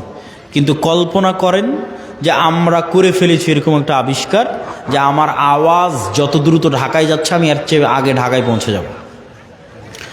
এবং আবিষ্কার করার পর এখান থেকে বিমানে যদি ঢাকায় আমার যেতে আধা ঘন্টা লাগে, তো রাস্তার গাড়িতে 4 ঘন্টা লাগবে। তো আমি আধা ঘন্টা আগে ঢাকায় পৌঁছে গেছি, রাস্তার গাড়ি পৌঁছার আগে আমি ঢাকা পৌঁছে গেছি বিমানে। তো আমার এই আওয়াজ আমেরিকা পৌঁছার আগে আমি পৌঁছে গেছি। এত দ্রুত গতির আমরা কিছু আবিষ্কার করতে পেরেছি। এই আবিষ্কার করতে পারার পর এবার যদি 15 আলোক বর্ষ অতীতে চলে যাই দ্রুত, যে 15 বছর আগে যে কথা বলেছিলাম ওই কথা এখন মহাবিশ্বে যেই জায়গায় আছে ওর আগে আমি গিয়ে পৌঁছে যাব, যেহেতু ওর চেয়ে দ্রুত আমি কিছু আবিষ্কার করতে পেরেছি। পৌঁছে গিয়ে এবার এই মোবাইলের মতো, এই ক্যামেরার মতো যদি ওখানে কিছু সেট করতে পারেন, তাহলে 15 বছর আগে আপনি কি বলেছিলেন ওই আপনার বলা কথা আপনি শুনতে পাবেন, বাজতেছে। 15 বছর আগে আপনি কি করেছিলেন, আপনার করা কাজ আপনি লাইভ দেখতে পাবেন, এই যে আমি এটা করতেছি। কেননা ওইটা এই আলোর তরঙ্গের মধ্যে সেভ আছে, হারায়নি। বিজ্ঞানীরা এখনও জানে না যে পৃথিবী যখন প্রথম সৃষ্টি হয়েছে তখন পৃথিবী থেকে যে আলো মহাবিশ্বের দিকে ছুটতে থেকেছে ওইটা এখনও মহাবিশ্বের শেষ মাথায় পৌঁছতে পেরেছে কিনা। তাহলে এভাবে যদি 1400 বছর আগে চলে যান, তাহলে মুহাম্মদ সাল্লাল্লাহু আলাইহি ওয়াসাল্লামের হাদিস বুখারীতে পড়া লাগবে না, আপনি কানে শুনতে পাবেন, নিজে কানে শুনতে পাবেন, যেমন এখন লাইভ বাজতেছে। তো 1500 বছর অতীতে চলে গেলে আলোর গতির চেয়ে বেশি গতি নিয়ে মুহাম্মদ সাল্লাল্লাহু আলাইহি ওয়াসাল্লামের হাদিস নিজে কানে শোনা যাবে, বদরের যুদ্ধ লাইভ দেখা যাবে, বাস্তবে হচ্ছে এটা দেখা যাবে। এটা মানুষের দ্বারা সম্ভব নয়, এটা দিয়ে আল্লাহ মানুষের গুনাহকে গোপন রেখেছে, নাহলে একজন মানুষের গুনাহ গোপন থাকতো না। এই আলোর গতির চেয়েতে মানুষের গতি কম থাকার কারণে মানুষের গুনাহ আজ গোপন আছে। সম্মানিত উপস্থিতি, তাহলে আমরা যা বলছি তার 1 সেকেন্ডও হারায় না, 1 সেকেন্ডও নয়, চাহে মোবাইলে রেকর্ড হোক আর না হোক, ওই তরঙ্গের মধ্যে থেকে যায়, যে কেউ চাইলে ধরে বের করে নিয়ে আসতে পারবে। আল্লাহ সুবহানাহু ওয়া তাআলা এটা দিয়েই ধরে বের করবেন এটা আমি বলিনি, কিন্তু এত সহজ মানুষের হিসাব নেওয়া, এত সহজ মানুষকে পাকড়াও করা, এইভাবেই পৃথিবী সেট আপ করা আছে। এখানে মানুষের একটা সেকেন্ড গোপন নয়, একটা সেকেন্ডও নয়, কেন আলো এই ডাটাগুলো ধারণ করে নিচ্ছে, যা করতেছে তাও সেভ আছে, যা বলতেছে তাও সেভ আছে। মানুষ চাইলে নিজেই দেখতে পারবে। মানুষকে আলোর চেয়ে দ্রুতগতির যন্ত্র আবিষ্কার করে অত বছর আগে চলে যেতে হবে, চলে গিয়ে নিজের আমলগুলো দেখতে হবে, তো আমি এগুলো করেছি, তো আমি এগুলো বলেছি, আমি নিজে শুনতে পাচ্ছি আমি কি বলেছি, আমি নিজে দেখতে পাচ্ছি আমি কি করেছি। কাফা বিনাফসিকাল ইয়াউমা আলাইকা হাসিবা, মানুষ আজকে তোমার বিচারের জন্য তুমি একাই যথেষ্ট, আলাদা কোনো বিচার বিভাগ কায়েম করে বিচার করতে হবে এইটা নয়, তুমি নিজেই যথেষ্ট। সম্মানিত উপস্থিতি, তাহলে কি বলছিলাম, গায়েব নূর, তাহলে এই আলো আমার ডাটা ধারণ করতে পারে, এটা একসময় গায়েব ছিল, চোখে দেখা যায় না, তো এখনো দেখা যায় না, এখনো দেখা যাচ্ছে না, যন্ত্র ধরতে পেরেছে কিন্তু আমরা তো দেখতে পাচ্ছি না। তাহলে ওইটা যেমন সত্য যে আল্লাহ যেদিন পৃথিবী সৃষ্টি করেছেন ওই দিন থেকে মানুষের বলা কথায় আলোর মধ্যে থেকে গেছে, মানুষের বলা কাজ করা কাজ এই আলোর মধ্যে থেকে গেছে, এর চেয়ে বেশি সত্য যে এখানে নূর আছে, ফেরেশতা আছে, এটা এখন গায়েব। এবার বাস্তব জগতের আরও কিছু উদাহরণ দেই যেগুলো এখন যন্ত্রও ধরতে পারেনি। যেমন আল্লাহর একটা সৃষ্টিজীব কুকুর, কুকুরের ঘ্রাণ শক্তি মানুষের চাইতে 10,000 গুণ বেশি। তো আমি এই যে মাইকটা সামনে আছে, এটা আমি নাক দিয়ে টেনেও আর কোনো গন্ধ পাচ্ছি না। কারণ আমি যদি বলি যে এই মাইকের কোনো গন্ধ নাই, এটা মিথ্যা কথা হবে। এই মাইকটাই আপনি একটা প্রশিক্ষিত কুকুরের নাকে ধরেন, তারপর মোলাম গাড়ি বাজারে ফেলে রেখে আসেন কোনো এক জঙ্গলে, ওই কুকুর ওখান থেকে খুঁজে বের করে নিয়ে আসবে এই মাইককে। 50 গুণ 100 গুণ বেশি নয়, 1000 গুণ নয়, 10,000 গুণ বেশি। মানুষের যদি কোনো শরীরে ক্যান্সার হয়, তাহলে কোন কোষটাতে ক্যান্সার হয়েছে ওই ক্যান্সারের কোষের যে গন্ধ, এটা পর্যন্ত কুকুর ধরতে পারে। মানুষের শরীরে যদি ভাইরাস হয়, যে করোনা ভাইরাস হয়েছে, তাহলে করোনা ভাইরাসের মতো অদৃশ্য জিনিসের গন্ধ কুকুর ধরতে পারে। যে ভাইরাসকে দূরবীন দিয়ে দেখতে হয়, মাইক্রোস্কোপ লাগিয়ে দেখতে হয়, ওই ভাইরাসের গন্ধ পর্যন্ত কুকুর ধরতে পারে। আর মানুষ এখন পর্যন্ত এমন কোনো যন্ত্র আবিষ্কার করতে পারেনি যেটা কুকুরের লেভেলে ঘ্রাণ নিতে পারবে। এই জন্য মানুষ কুকুরকেই কাজে লাগায়, যে একটা যন্ত্র আমি আবিষ্কার করেছি যেটা কুকুরের মতো ঘ্রাণ নিতে পারবে, নাই, এরকম কোনো যন্ত্র আবিষ্কৃত হয়নি। তাহলে পৃথিবীতে এমনও ঘ্রাণ আছে যেই ঘ্রাণ মানুষ পায় না, যেই ঘ্রাণ মানুষের তৈরি কোনো যন্ত্রও পায় না। এখন এখানে যদি মিসকে আম্বরের মতো সুগন্ধি থাকে, ধরেন কথার কথা ফেরেশতারা এসেছে, ফেরেশতাদের গায়ে মিসকে আম্বরের মতো সুগন্ধি আছে, ওই সুগন্ধি আমি পাচ্ছি না, কথা কি আমার বুঝতে পারছেন? তো আমি যে ওই সুগন্ধি পাচ্ছি না, তার মানে সুগন্ধি নাই, এটা কি ঠিক? এটা ঠিক নয়। ঠিক তেমনি এমনও আওয়াজ আছে, কবরের আযাব কই, শুনতে তো পাই না, পাশ দিয়ে পিঁপড়া যাচ্ছে শুনতে পান, শুনতে পাই না। এই রেকর্ডারও যদি ওই পিঁপড়ার কাছে লাগান তবুও ধরা যাবে না পিঁপড়ার আওয়াজ। তাহলে পিঁপড়ার হাঁটার আওয়াজ হয় না? মিথ্যা কথা। সাপের যাওয়ার আওয়াজ হয় না? মিথ্যা কথা। ওইটা যেই লেভেলের সূক্ষ্ম আওয়াজ, ওটা আবার আল্লাহর আর এক সৃষ্টিজীব ধরতে পারে। যেমন হাতির মতো অন্য আরও কিছু প্রাণী আছে, আর আওয়াজ ধারণে খুবই সূক্ষ্ম, কয়েক লক্ষ কোটি কিলোমিটার দূরের আওয়াজ, সূক্ষ্ম থেকে সূক্ষ্ম আওয়াজ ধারণ করতে পারে। তাহলে কবরের আযাব হচ্ছে, কে শুনতে পায়? আল্লাহর সৃষ্টিজীব শুনতে পায়, মানুষ শুনতে পায় না। তাহলে এটা এখনো পৃথিবীতে এরকম অসংখ্য সৃষ্টিজীব আছে যাদের একজনের কাজ আর একজনের সাথে মিলবে না। আপনি একটা ঘরের মধ্যে একটা বাবুই পাখিকে ছেড়ে দেন, ও জানালাই খুঁজে পাবে না কোথায় জানালা, একবার দেওয়ালের সাথে বাড়ি খাবে, একবার ছাদের সাথে বাড়ি খাবে, অথচ আপনি দেখতে পাচ্ছেন এটা জানালা, ও জানালা খুঁজে পায় না। ওর দৃষ্টিশক্তি ওইভাবেই আল্লাহ সীমাবদ্ধ করে রেখেছে। তো ও যেমন জানালা খুঁজে পাচ্ছে না, ঠিক তেমন আপনি ফেরেশতা খুঁজে পাচ্ছেন না। ওই পর্যন্তই আপনার জ্ঞানের সীমা, দেখার সীমা, অনুভূতির সীমা। সাপ মানুষকে দেখতে পাই যে আমি আব্দুল্লাহ 5 ফিট 5 ইঞ্চি 5 ফিট 6 ইঞ্চি মোটা, এরকম দাড়ি, সাদা কালো, যেভাবে আপনি আমাকে দেখছেন এভাবে সাপ দেখে না। এভাবে দেখার ক্ষমতা আল্লাহ সাপকে দেয়নি। সাপ বুঝতে পারে তাপ দিয়ে বুঝতে পারে যে মানুষ। কুকুরও ওইভাবে দেখতে পারে না, কুকুর মাত্র দুইটা রং দেখতে পায়। তাহলে কুকুর কেমনে দেখবে যে আমি সাদা কালো উঁচু লম্বা মোটা? দেখতে পায় না। কুকুর গন্ধ দিয়ে চেনে যেটা আমার মনিব, গন্ধ দিয়ে চেনে যে মানুষ এটা গেল। তাহলে এক একজনের দৃষ্টি সীমা, চিন্তা সীমা, দেখার সীমা আল্লাহ এক একভাবে ভাগ এবং বন্টন করে রেখেছে।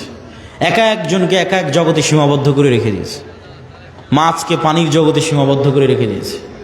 ঠিক সেরকম ফেরেশতার জগৎ এই পৃথিবীতেই আছে, ফেরেশতারাই আছে পৃথিবীতে, কিন্তু আপনি দেখতে পাচ্ছেন না কেন? আপনার ওই দেখা এবং শোনার সীমাবদ্ধতা আল্লাহ তৈরি করে রেখেছে। সম্মানিত উপস্থিতি, তাহলে পৃথিবীতে এমনও আওয়াজ আছে যা মানুষ শুনে না, মানুষের যন্ত্র শুনে না। এমনও গন্ধ আছে যা মানুষ নিতে পারে না, মানুষের যন্ত্র নিতে পারে না। ঠিক এমনও আলো আছে মানুষ দেখে না, মানুষের যন্ত্র দেখে না, আল্লাহর সৃষ্টি দেখে। রাসূলুল্লাহ সাল্লাল্লাহু আলাইহি ওয়াসাল্লাম বলেন, ইজা সামি'তুম সাইহাতাদ দিকাহ, যখন তোমরা মোরগের আওয়াজ শুনতে পাও তখন আল্লাহর কাছে কল্যাণ কামনা করো। ফাইন্নাহা রাআতিল মালাইকা, ফেরেশতাদের যেই নূর, এই নূরের যে আলো, এই আলো মোরগ দেখতে পায়। বলেন আল্লাহু আকবার।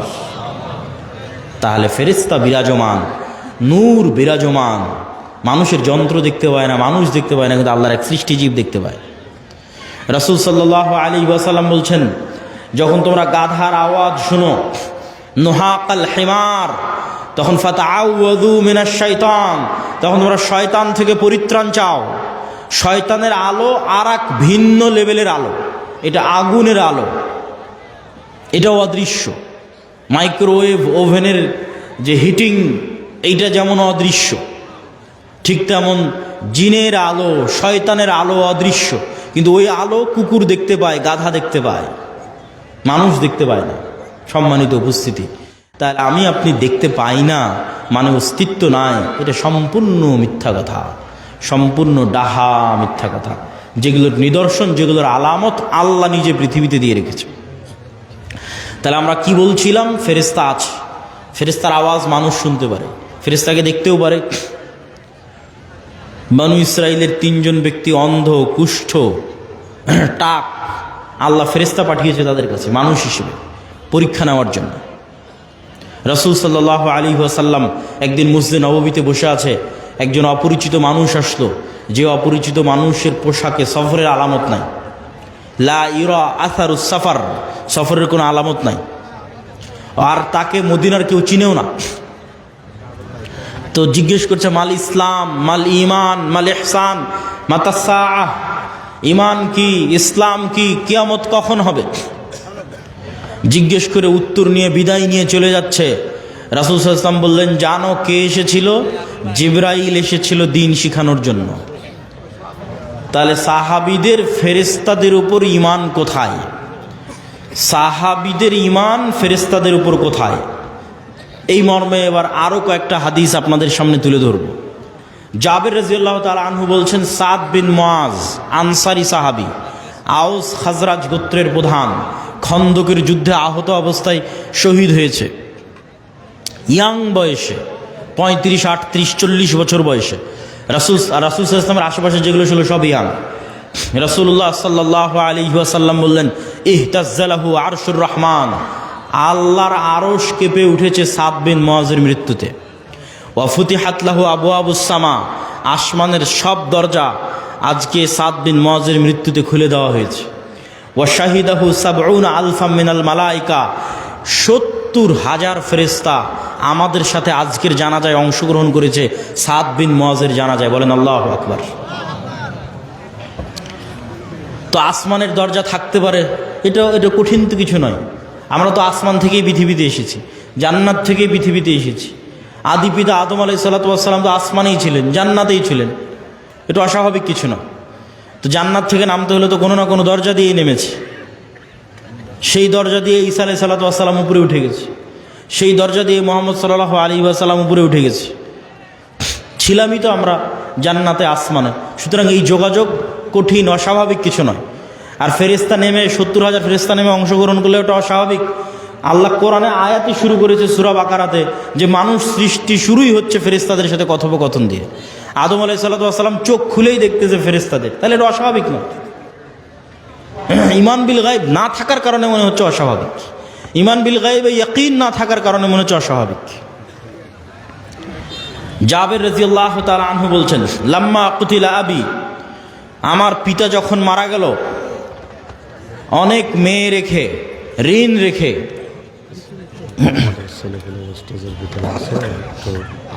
বলছি ঋণ রেখে, তখন জাবের রাদিয়াল্লাহু তাআলা আনহু কাঁদতেছে। আল্লাহর নবী বলতেছে, তুমি কেন কাঁদছো?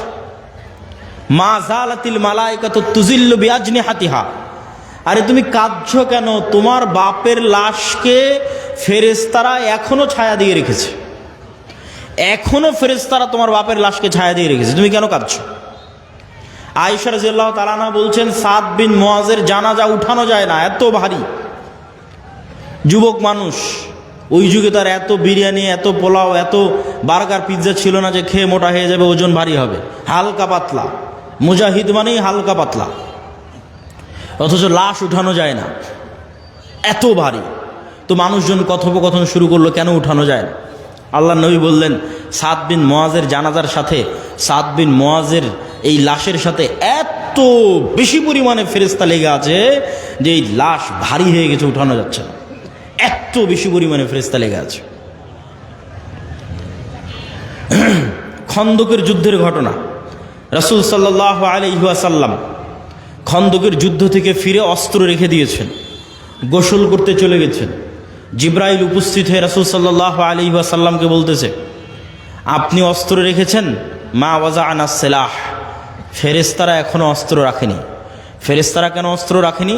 বানু কুরাইজা, বানু কায়নুকা, বানু নজির, 3টে ইহুদি গোত্র গাদ্দারি করেছে, এদের শাস্তি দিতে হবে। আল্লাহর নবী সাহাবীদের বললেন, ফেরেশতারা অস্ত্র রাখেনি। জিবরাইল এসে বলতেছে, চলো, যুদ্ধ এখনো শেষ হয়নি, যুদ্ধ করতে হবে।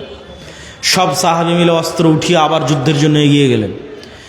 এই পর্যন্ত আয়েশা রাদিয়াল্লাহু তাআলা আনহার বর্ণনা। এবার আনাস রাদিয়াল্লাহু তাআলা বলছেন, কান্নি আনজুরু ইলাল গুবারি সাতিআন ফি যুকাকি বানি গানাম, বলছেন সাহাবীরা সহ আল্লাহর নবী সহ যখন আমরা বের হচ্ছি ইহুদি গোত্রগুলোর দিকে এগিয়ে যাওয়ার জন্য, তখন আমাদের সামনে দেখছি ধুলায় অন্ধকার।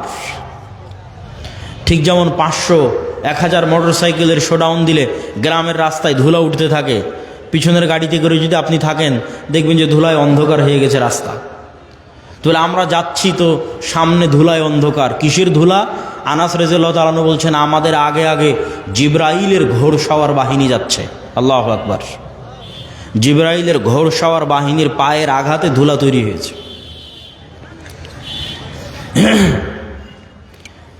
সাদ বিন আবি ওয়াক্কাস রাদিয়াল্লাহু তাআলা আনহু থেকে বর্ণিত, তিনি বলেন, রাআইতু ইয়াওমা উহুদিন আন ইয়ামিনি ওয়া আন ইয়াসারি, উহুদের যুদ্ধের দিন আমার ডানে এবং আমার বামে 2জন ব্যক্তি, রজুলাইন আলাইহিমা সিয়াবুন বীজুন, 2জন ব্যক্তি সাদা পোশাকধারী, মা রাআইতুহুমা ক্বাবলু আলা বাদ, যাদেরকে আমি অতীতে কোনোদিন দেখিনি, পরে কোনোদিন দেখিনি।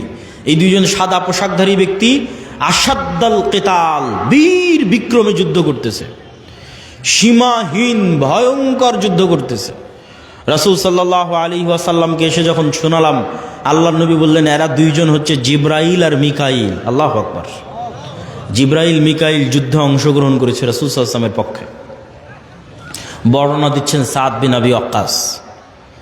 একজন সাহাবী এক যুদ্ধে এক মুশরিকের পিছনে ধাওয়া করতেছে, তো আকাশ থেকে আওয়াজ আসতেছে, আকদিম ইয়া হাইজুম, হে হাইজুম তুমি এগিয়ে চলো। আওয়াজ আসা মাত্রই এই সাহাবী ওই মুশরিকের উপর আক্রমণ করার আগেই মুশরিক উল্টে পড়ে আছে এবং ক্ষত স্থান থেকে রক্ত বের হচ্ছে, আহত স্থান থেকে রক্ত বের হচ্ছে। সাহাবী রাসূল সাল্লাল্লাহু আলাইহি ওয়াসাল্লামকে এসে ঘটনা শোনালে আল্লাহর নবী বললেন, যালিকা মিন মাদাদিস সামাইস সালিসা, এটা ছিল তৃতীয় আসমান থেকে আসা ফেরেশতার আক্রমণ। উহুদের যুদ্ধের দিন হানজালা রাদিয়াল্লাহু তাআলা আনহু শহীদ হয়েছে। তার স্ত্রীর মারফতে জানা যাচ্ছে যে তিনি ফরজ গোসল অবস্থায় বাসর ঘর থেকে বের হয়ে গেছেন জিহাদের ডাক শুনে। সাহাবীরা আল্লাহর নবীকে বললেন, হানজালাকে গোসল দিতে হবে।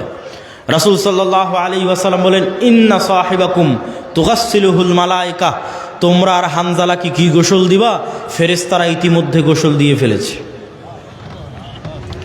তাহলে এবার আপনি শুধু চিন্তা করবেন সাহাবীদের ঈমান ফেরেশতার অস্তিত্বের উপর, আর আমার আর আপনার ঈমান ফেরেশতার অস্তিত্বের উপর।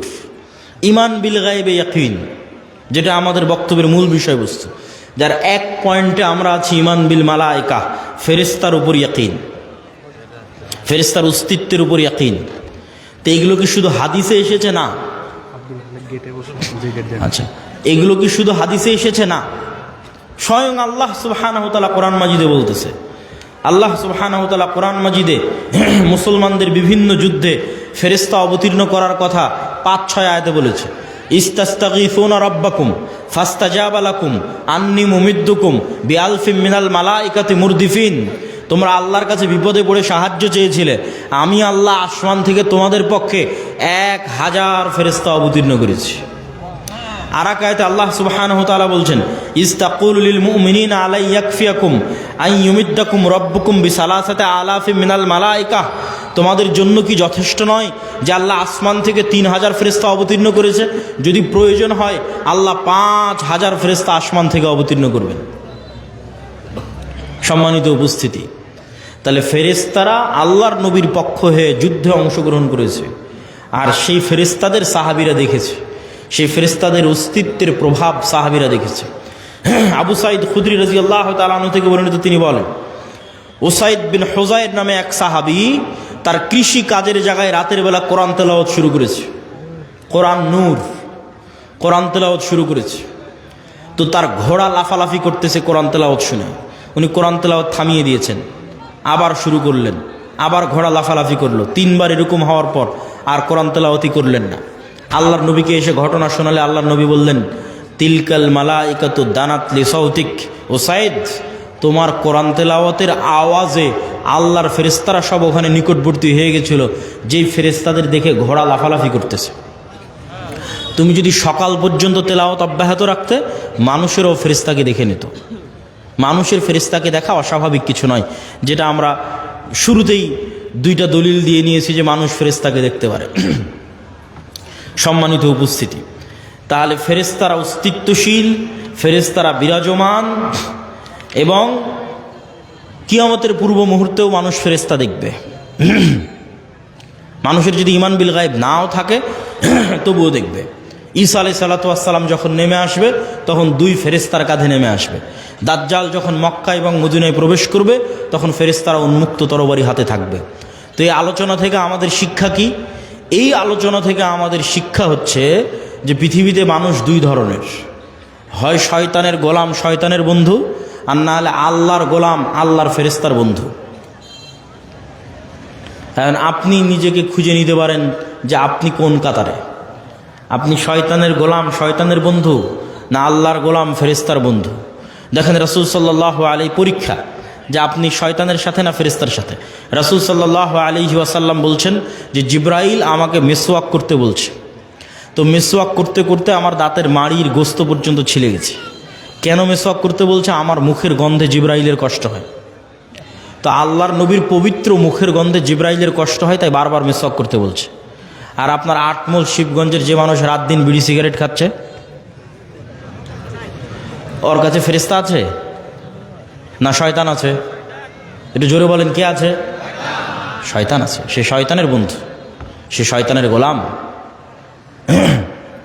মনে করেন আটমূলের একটা বাড়ি, যে বাড়িতে ঢুকতে সালাম দেওয়া হয়, খাওয়ার শুরুতে বিসমিল্লাহ বলা হয়, টয়লেট বাথরুমে গেলে সেই টয়লেট বাথরুমের দোয়া পড়া হয়, 5 ওয়াক্ত সালাতে উজু করা হয়, সালাত আদায় করা হয়, বাড়িতে কোরআন তেলাওয়াত করা হয়, তাহলে ওই বাড়িতে কারা আছে? ফেরেশতারা আছে। নূরে পরিপূর্ণ বাড়ি। ঠিক যেমন আজ থেকে 100 বছর আগের মানুষ জানতো না যে আমার কথা এইভাবে আমেরিকায় গিয়ে বাজতে পারে, ওই রকম নূর আপনি জানেন না, কিন্তু আপনার বাড়ি নূরে পরিপূর্ণ। ঠিক এই আলো যেমন দেখা যাচ্ছে, এরকম অদৃশ্য একটা আলো, যে আলোতে ওই বাড়ি পরিপূর্ণ হয়ে আছে, সেটা হচ্ছে নূর। আর একটা বাড়ি যেখানে কেউ সালাম দিয়ে ঢোকে না, যেখানে কেউ আল্লাহর নাম নিয়ে খায় না, যেখানে কেউ পেশাব থেকে সচেতন সতর্ক থাকে না, পবিত্র হয় না, ফেরেশতারা প্রচণ্ড পবিত্র, মুতাহহারুন, এদের অপবিত্র হওয়ার কোনো সুযোগ নাই। এই জন্য এরা পবিত্র মানুষকে ভালোবাসে, আর শয়তান নিকৃষ্ট, এই জন্য অপবিত্র মানুষকে ভালোবাসে। তো পেশাব থেকে যত্ন নেয় না, ফরজ গোসল করে না, নামাজ পড়ে না, বাড়িতে মাসকে মাস বছরকে বছর কোনো দিন কোরআন তেলাওয়াত হয়নি, ওই বাড়িতে নূর আছে? ওই বাড়িতে নূর নাই, ওই বাড়িতে ফেরেশতা নাই। বাড়িতে ছবি টাঙ্গানো আছে, বাড়িতে কুকুর থাকে, লা তাদখুলুল মালায়েকাতু ফি বাইতিন ফিহি সূরুন আও কালবুন, ওই বাড়িতে রহমতের ফেরেশতা প্রবেশ করে না যে বাড়িতে ছবি আছে, যে বাড়িতে মূর্তি আছে। তাহলে একটা বাড়ি যে বাড়িতে লাইট জ্বলছে না, কারেন্ট জ্বলতেছে না, অন্ধকার, ওই বাড়িটা কবরের মতো অন্ধকার। কেন? ওই বাড়িতে নূর নাই। একটা অদৃশ্য আলো যেটা জ্বলতো, সে অদৃশ্য আলো ওই বাড়িতে নাই। ওই বাড়ি কবরের মতো অন্ধকার, নূরবিহীন বাড়ি, ফেরেশতার অস্তিত্ববিহীন বাড়ি, শয়তানে পরিপূর্ণ বাড়ি, কালোয় অন্ধকারে অন্ধকারাচ্ছন্ন বাড়ি। আমি আপনাকে কোনো ফাজাইল আমলও শোনাচ্ছি না, আমি আপনাকে কোনো হুকুম আহকাম ফতোয়াও শোনাচ্ছি না, আমি আপনাকে এই পৃথিবীর রিয়ালিটি বলতেছি, যে পৃথিবীতে আসলে চলতেছে কি। আপনি যে পৃথিবীর খেলার মাঠে নেমেছেন, এই খেলার মাঠের বাস্তবতাটা কি, এটা আপনাকে ধরিয়ে দিচ্ছি। যেমন ক্রিকেট খেলতে নামলে, ফুটবল খেলতে নামলে, গ্রামের আর কোনো খেলা খেলতে নামলে ওর নিয়ম থাকে, যে এই দাগ পার হলে আউট, আর এই দাগ পার হলে নট, আর এই হলে ছক্কা, এই হলে উমুক তুমুক। তো এই পৃথিবীতে খেলার নিয়মটা কি, সেটাই হচ্ছে গায়েবের কার্যকরণের সূত্র। দুনিয়ার কার্যকরণের সূত্রই সব কিছু নয়, গায়েবের কার্যকরণের সূত্র আসল। দুনিয়ার কার্যকরণের সূত্রে ইমিডিয়েট ফল হতে পারে, স্থায়ী নয়। গায়েবের কার্যকরণের সূত্রের সাথে যার সূত্র মিলে যাবে, ওর ফল স্থায়ী, ওর ফল দীর্ঘমেয়াদী। তো ওই গায়েবের কার্যকরণের সূত্র আপনাকে জানা থাকতে হবে, কি করলে কি হয়, গায়েবে কি করলে কি হয়, গায়েবের কার্যকরণের সূত্র অনুযায়ী কি করলে কি হয়, এটা হলো খেলার নিয়ম। আপনি দুনিয়ার কার্যকরণের সূত্র অনুযায়ী কিছু করে ইমিডিয়েট রেজাল্ট পেয়ে যেতে পারেন, যেটা যদি গায়েবের কার্যকরণের সূত্রের সাথে না মিলে, ওইটা দীর্ঘমেয়াদী দীর্ঘস্থায়ী হবে না। যেমন দুর্নীতি করে ধোঁকা দিয়ে আপনি ইমিডিয়েট কিছু রেজাল্ট পেয়ে যেতে পারেন, কিন্তু এটা গায়েবের কার্যকরণের সূত্র যেটা নির্ধারণ করা আছে রিজিক বাড়ার, ওইটার সাথে মিলে না। তো গায়েবের কার্যকরণের সূত্রের সাথে যদি না মিলে রিজিক বাড়ার, তাহলে তাৎক্ষণিক দুর্নীতি করে ধোঁকা দিয়ে আপনি কোটি টাকার মালিক হয়ে যেতে পারেন, কিন্তু এই টাকা স্থায়ী হবে না, দীর্ঘমেয়াদী হবে না, কেন? এটা গায়েবের সাথেই মিলেনি। গায়েবের কার্যকরণের সূত্র আসল, ওইটা জানতে হবে, ওইটা ওহির মাধ্যমে জানা যায়, ওইটা কোরআনে জানা যায়। কোরআনে বলা আছে কি করলে কি হয়, কি করলে কি পাওয়া যাবে। সম্মানিত উপস্থিতি, ঈমান বিল গায়েবের এই বক্তব্য দেওয়ার কারণ কি? ঈমান বিল গায়েবের এই বক্তব্য দেওয়ার 1 নম্বর কারণ হচ্ছে, আজকের মুসলমানদের অধপতনের মূল কারণই হচ্ছে ঈমান বিল গায়েব নাই। আল্লাহর অস্তিত্ব, ফেরেশতার অস্তিত্বের উপর ঈমান নাই, পরকালের উপর ঈমান নাই। এই জন্যই তো মন্দির পাহারা দিয়ে শিরক করে ভোট নিয়ে ক্ষমতায় যেতে হবে। কেননা আল্লাহর অস্তিত্ব, আল্লাহর ক্ষমতা, গায়েবের মদদ, গায়েবী মদদের উপর ঈমান নাই। আর গায়েবী মদদ ছাড়া মুসলমানদের বিজয় অতীতে কোনো দিন হয়নি, ভবিষ্যতে কোনো দিন হবে না। অতীতে যদি একবারও হতো, তাও না হয় বলতাম যে হ্যাঁ একবার হয়েছে। অতীতে প্রত্যেক বিজয় গায়েবী মদদে, প্রত্যেক বিজয়, প্রত্যেক নবী রাসূল, প্রত্যেক বিজয়ী নেতা যখন বিজয় অর্জন করেছে, তখন সে দুর্বল, দুনিয়ার দৃষ্টিতে দুর্বল, কিন্তু বিজয় অর্জন হয়েছে। সুলতান সালাহুদ্দিন আইয়ুবী যখন হিত্তিনে বিজয় অর্জন করে, তখন সালাহুদ্দিন আইয়ুবী ইউরোপীয় ক্রুসেডারদের তুলনায় দুর্বল। সুলতান মোহাম্মদ আল ফাতেহ যখন ইস্তাম্বুল বিজয় করে, তখন সুলতান মোহাম্মদ আল ফাতেহ বাইজেন্টাইন সাম্রাজ্যদের তুলনায় দুর্বল। যখন সুলতান জহিরুদ্দিন আল বেরবাস হালাকু খাঁ চেঙ্গিস খাঁকে পরাজিত করে, তখন পুরো দুনিয়াতে হালাকু খাঁ চেঙ্গিস খাঁকে পরাজিত করতে পারবে এরকম কোনো শক্তি, এরকম কোনো সাহস পৃথিবীতে ছিল না। তাহলে কত দুর্বল জহিরুদ্দিন আল বেরবাস। মুহাম্মদ সাল্লাল্লাহু আলাইহি ওয়াসাল্লাম যখন বদর, উহুদ, খন্দকে যুদ্ধ করে, তখন মুহাম্মদ সাল্লাল্লাহু আলাইহি ওয়াসাল্লাম মক্কার কাফের মুশরিকদের তুলনায় অনেক অনেক দুর্বল। আমর ইবনুল আস, খালিদ ইবনুল ওয়ালিদ এরা যখন জেরুজালেম বিজয় করে, ওমর ইবনুল খাত্তাব এবং সাহাবীরা যখন মিশর, শাম, রোমান, পারস্য বিজয় করে, তখন রোমান পারস্যদের তুলনায় তারা দুর্বল। ইউশা বিন নুন যখন জেরুজালেম বিজয় করে, তখন ইউশা বিন নুন জেরুজালেমের আমালেকা গোত্র কি ভয়ঙ্কর, কোরআনে আল্লাহ সুবহানাহু ওয়া তাআলা সেই ঘটনা তুলে ধরেছে। আল্লাহ যখন মুসা আলাইহিস সালামকে বললেন যে যাও তোমার কওম নিয়ে যুদ্ধ করো, তখন মুসা আলাইহিস সালামের কওম কি বলল? ইযহাব আনতা ওয়া রাব্বুকা ফাকাতিলা। কেন? আমালেকা গোত্র বিশাল দেহি, ভয়ঙ্কর শক্তিশালী, কেউ সাহস করেনি এদের সাথে যুদ্ধ করে বিজয় অর্জন সম্ভব। মুসা তুমি আর তোমার আল্লাহ গিয়ে যুদ্ধ করো। কিন্তু দুইজন ব্যক্তি যাদের ঈমান বিল গায়বে ইয়াকিন ছিল, তারা বলল যে আমরা যুদ্ধ করব, তাতে জয় হোক আর পরাজয় হোক। এদের ঈমান বিল গায়বে ইয়াকিন ছিল। এই দুইজনের একজন ইউশা বিন নুন। আল্লাহ 40 বছর শাস্তি দেওয়ার পর, উদ্ভ্রান্ত পাগলের মতো সিনাই মরুভূমিতে ঘুরে বেড়ানোর পর মুসা আলাইহিস সালাম যখন মারা গেলেন, ইউশা বিন নুন নবী হলেন। তখন ইউশা বিন নুন এবার বানু ইসরাইলকে নিয়ে তওবা করে জেরুজালেম বিজয় করতে যাচ্ছে ওই আমালেকা গোত্রের বিরুদ্ধে, যাদের কাছে এরা একদম দুর্বল। তো শুক্রবারের দিন বিকেলবেলা ইউশা বিন নুন আল্লাহর কাছে দোয়া করতেছে, আল্লাহ সন্ধ্যা হয়ে গেলে যুদ্ধ বন্ধ করতে হবে, কেননা শনিবার ইহুদি ধর্ম অনুযায়ী পবিত্র দিন, আপনি সূর্যকে থামিয়ে দিন, আমরা যুদ্ধে বিজয় অর্জন করি। আল্লাহ পৃথিবীর ইতিহাসে একবারের জন্য, শুধু একবারের জন্য সূর্যকে থামিয়ে দিলেন। কিছু মুফাসসির বলেছেন কয়েক দিনের জন্য থামানো ছিল, কিছু মুফাসসির বলেছেন কয়েক ঘন্টার জন্য থামানো ছিল। সূর্য আটকে থেমে থেকে গেল। গায়েবী মদদে ইউশা বিন নুন বিজয় অর্জন করল। মুসলমানদের বিজয় অতীতে কোনোদিন গায়েবী মদদ ছাড়া হয়নি, আগামী কিয়ামত পর্যন্ত কোনোদিন গায়েবী মদদ ছাড়া হবে না।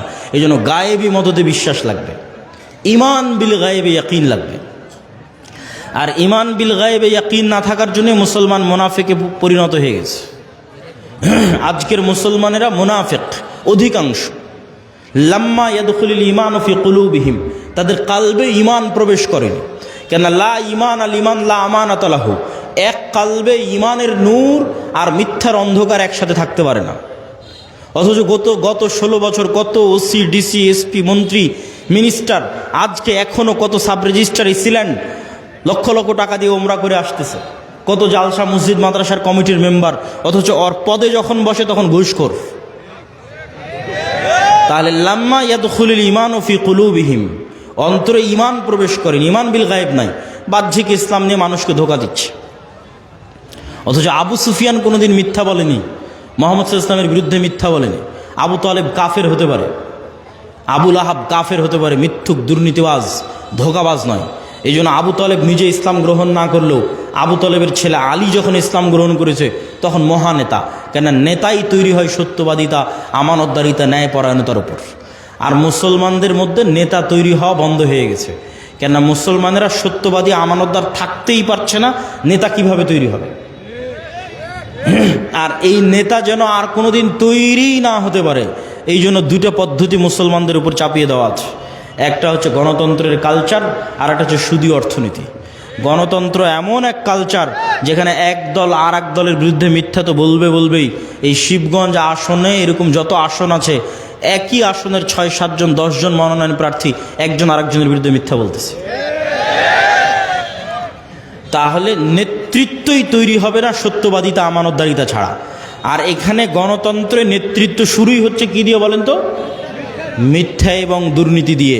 তাহলে যেই নেতার নেতৃত্বই শুরু হচ্ছে মিথ্যা এবং দুর্নীতি দিয়ে, ওই নেতা যখন ক্ষমতায় যাবে, ওকে টাকা ছিটালে আমেরিকার, ইউরোপের আর ভারতের কিনে নেওয়া 1 সেকেন্ডের ব্যাপার। কেননা ও জন্মগত মিথ্যুক, জন্মগত দুর্নীতিবাজ। এই জন্যই গণতন্ত্র টিকিয়ে রাখা আছে, যেন সৎ নেতার জন্মই না হতে পারে। এমন নেতা আসুক যাকে আমি কিনে নিতে পারবো। আর মুসলমানদের মধ্যে এই স্বভাব আগে ছিল না। এই স্বভাব হচ্ছে ইউরোপীয় উপনিবেশ থেকে তৈরি হয়েছে। 150-200 বছরের ব্রিটিশ শাসনের গোলামি করার কারণে তৈরি হয়েছে। এবং যেখানে ইউরোপীয় উপনিবেশ যত কঠিন, ওখানে মুসলমানদের মিথ্যা, দুর্নীতি, ধোঁকার প্রবণতা তত বেশি। যেখানে ইউরোপীয় উপনিবেশ যত কঠিন, ওখানে মুসলমানদের মিথ্যা, ধোঁকা, দুর্নীতির প্রবণতা তত বেশি। আপনি পরীক্ষা করে দেখতে পারেন। বিস্তারিত আজকে এই বক্তব্যে বলতেছি না, আমার অন্য বক্তব্যে বিস্তারিত বলা আছে। কিন্তু এইখান থেকে আপনাকে শিখতে হবে যে নেতৃত্বের বিকাশই হয়, তৈরি হয় সত্যবাদিতা, আমানতদারিতে, ন্যায়পরায়ণতার উপরে। ঈমান বিল গায়েব অন্তরে থাকলে, পরিপূর্ণরূপে ঢুকে গেলে ওইটা অটোমেটিক আসবে। এই জন্য আমাদের এমন একটা প্রজন্ম দরকার যেই প্রজন্ম ঈমান বিল গায়েবে ইয়াকিন রাখে। আমাদের এমন একটা প্রজন্ম দরকার যেই প্রজন্ম সত্যবাদিতা, আমানতদারিতা, ন্যায়পরায়ণতায় চুল পরিমাণ ছাড় দেয় না, বিক্রি হয় না। এরকম একটা প্রজন্ম দরকার যারা নিজ দিনের উপর কট্টর, যারা নিজ দিনের উপর কঠোর। আপনি ভারতের হিন্দু ধর্ম নিয়ে ট্রল করতে পারেন, মজাক করতে পারেন, ঠাট্টা করতে পারেন, কিন্তু তাদের ধর্ম যত ভ্রান্তই হোক, তারা তাদের দিনের উপর কঠোর থেকে একটা সেকুলার রাষ্ট্রকে হিন্দু রাষ্ট্র বানিয়ে দিয়েছে। আর আপনার নবীর দিন বিশুদ্ধ হওয়ার পরেও, 47-এ দিনের নামে রাষ্ট্র তৈরি করার পরেও, 71 এবং 24-এ হাজার হাজার মুসলমান রক্ত দেওয়ার পরেও এখনও আপনি মুখ খুলে বলতে পারেন না যে না আমার দিনই ঠিক, আমার দিনই রাষ্ট্রে বাস্তবায়ন করতে হবে, সেকুলারিজম নয়। এটা মুখ খুলে বলতে পারেন না। কেন মুখ খুলে বলতে পারেন না? এটাই গোলামি, এটাই হচ্ছে গোলামি। এই গোলামির জিঞ্জির যতক্ষণ না ভাঙবে, ইবনে খালদুন বলেছেন রাষ্ট্র তৈরি হয় আসাবিয়া দিয়ে। যেই দিন মুসলমানেরা বলবে যে আমার দিনই ঠিক, আমার দিনই রাষ্ট্রে প্রতিষ্ঠিত হতে হবে, আল্লাহর নবীর সুন্নাতে ব্যক্তিগত, পারিবারিক, সামাজিক জীবনে কোথাও ছাড় দেবে না, সেই দিন স্বাধীন। এটাই স্বাধীনতা, এটাই গোলামির জিঞ্জির থেকে মুক্তি। আর আরেকটা কি বলেছিলাম? মিথ্যার কালচার তৈরি করা সুদ। আজকে যত মা বোন উপস্থিত আছে তাদের মধ্যে যতজন কিস্তিতে টাকা নিয়েছে, যতজন কিস্তিতে লোন নিয়েছে, তাদের মধ্যে শতকরা কতজন সত্য বলে? যতজন কিস্তিতে টাকা নিয়েছে তাদের মধ্যে শতকরা কতজন সত্য বলতে পারে? এবার আমি না, চলেন আল্লাহর নবী কি বলছে যে কয়জন সত্য বলতে পারে। আল্লাহর নবী বলছেন আল্লাহুম্মা আউযুকা মিনাল মা'সামি ওয়াল মাগরাম। আল্লাহ ঋণ থেকে বাঁচতে চাই, পাপ থেকে বাঁচতে চাই। আর এক হাদিসে রাসূল সাল্লাল্লাহু আলাইহি ওয়াসাল্লাম আর এক দোয়ায় বলছে যে আল্লাহুম্মা আউযুকা মিন যাল'ইদ দাইনি ওয়া গালাবাতির রিজাল। আল্লাহ ঋণের বোঝা থেকে বাঁচতে চাই। সাহাবীরা জিজ্ঞেস করলেন এত কেন লোন থেকে বাঁচতে চান? আল্লাহর নবী বললেন মানুষ যখন লোন নেওয়া শুরু করে তখন মিথ্যা বলা শুরু করে। যেই দিন থেকে লোন নেওয়া শুরু, ওই দিন থেকে মিথ্যা বলা শুরু। আর মিথ্যা বললে নেতা তৈরি হবে না, গোলাম তৈরি হবে। তাহলে যে মা বোন কিস্তিতে লোন নিয়েছে এবং মিথ্যা বলতেছে প্রতিনিয়ত, ছেলেকে দিয়ে মিথ্যা বলাচ্ছে, এই সমস্ত পরিবার থেকে নেতা তৈরি হবে না, গোলাম তৈরি হবে। এই জন্য আমাদের কোথাও প্রকৃত নেতা নাই, সব জায়গায় গোলাম বসে আছে।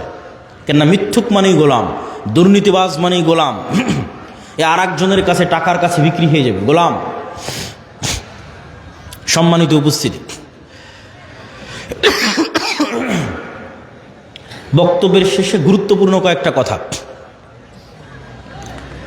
এই আটমূল সালাফিয়া মাদ্রাসা আল জামিয়া সালাফিয়ার সাথে অধিভুক্ত একটি শিক্ষা প্রতিষ্ঠান। এই প্রতিষ্ঠানকে সহযোগিতা করা, এই প্রতিষ্ঠানের পাশে দাঁড়ানো আপনাদের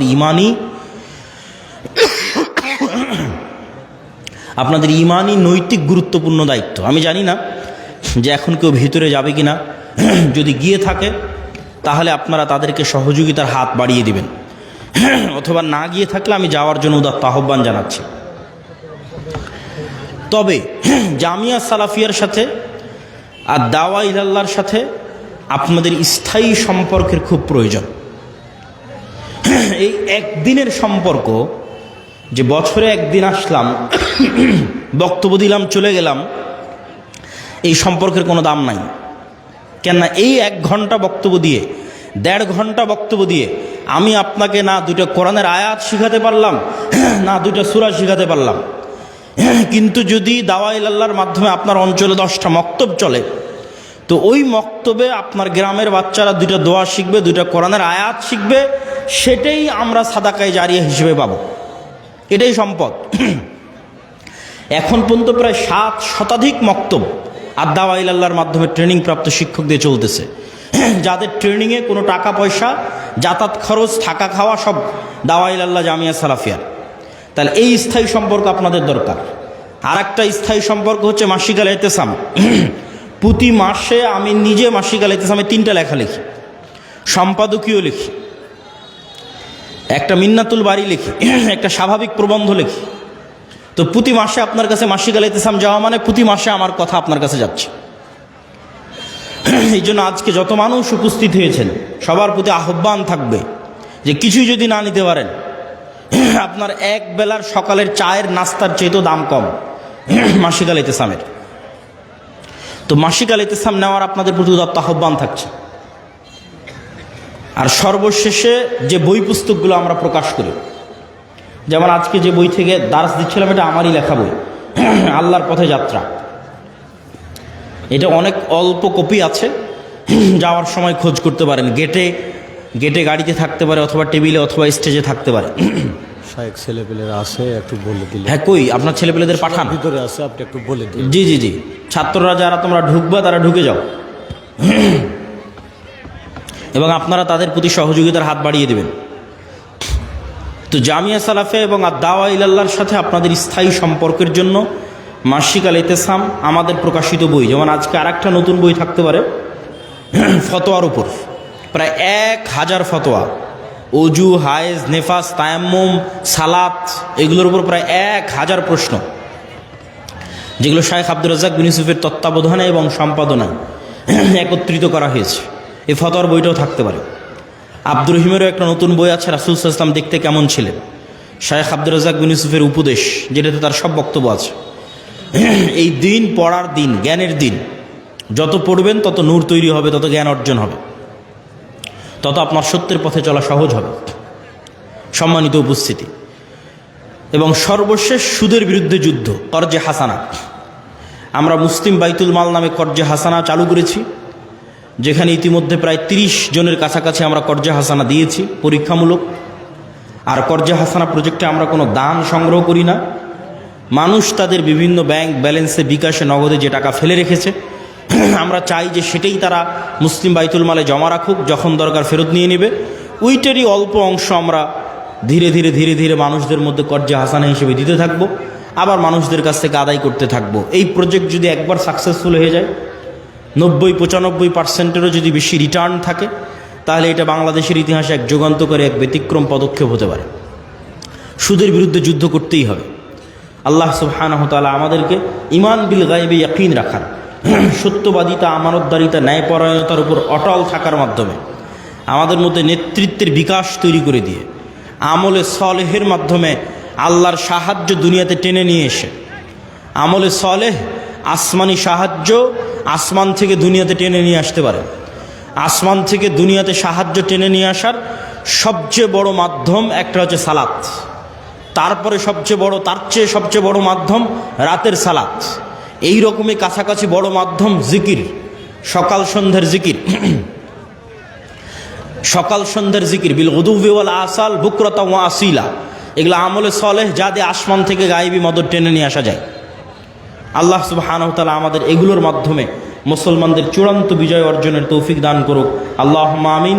আমাদের শয়তানের বন্ধুত্ব থেকে বেঁচে থাকার, ফেরেশতার বন্ধুত্ব অর্জন করার তৌফিক দান করুক। আল্লাহুম্মা আমিন। ওয়া আখির দাওয়ানা আনিল হামদুলিল্লাহি রাব্বিল আলামিন। আসসালামু আলাইকুম ওয়া রাহমাতুল্লাহি ওয়া বারাকাতুহু। মাশাআল্লাহ। সম্মানিত সাহেবকে আল্লাহ তার রহমতের চাদর দ্বারা আবৃত করুন। আল্লাহ তাআলা তার জ্ঞানে আরো বারাকা দান করুন।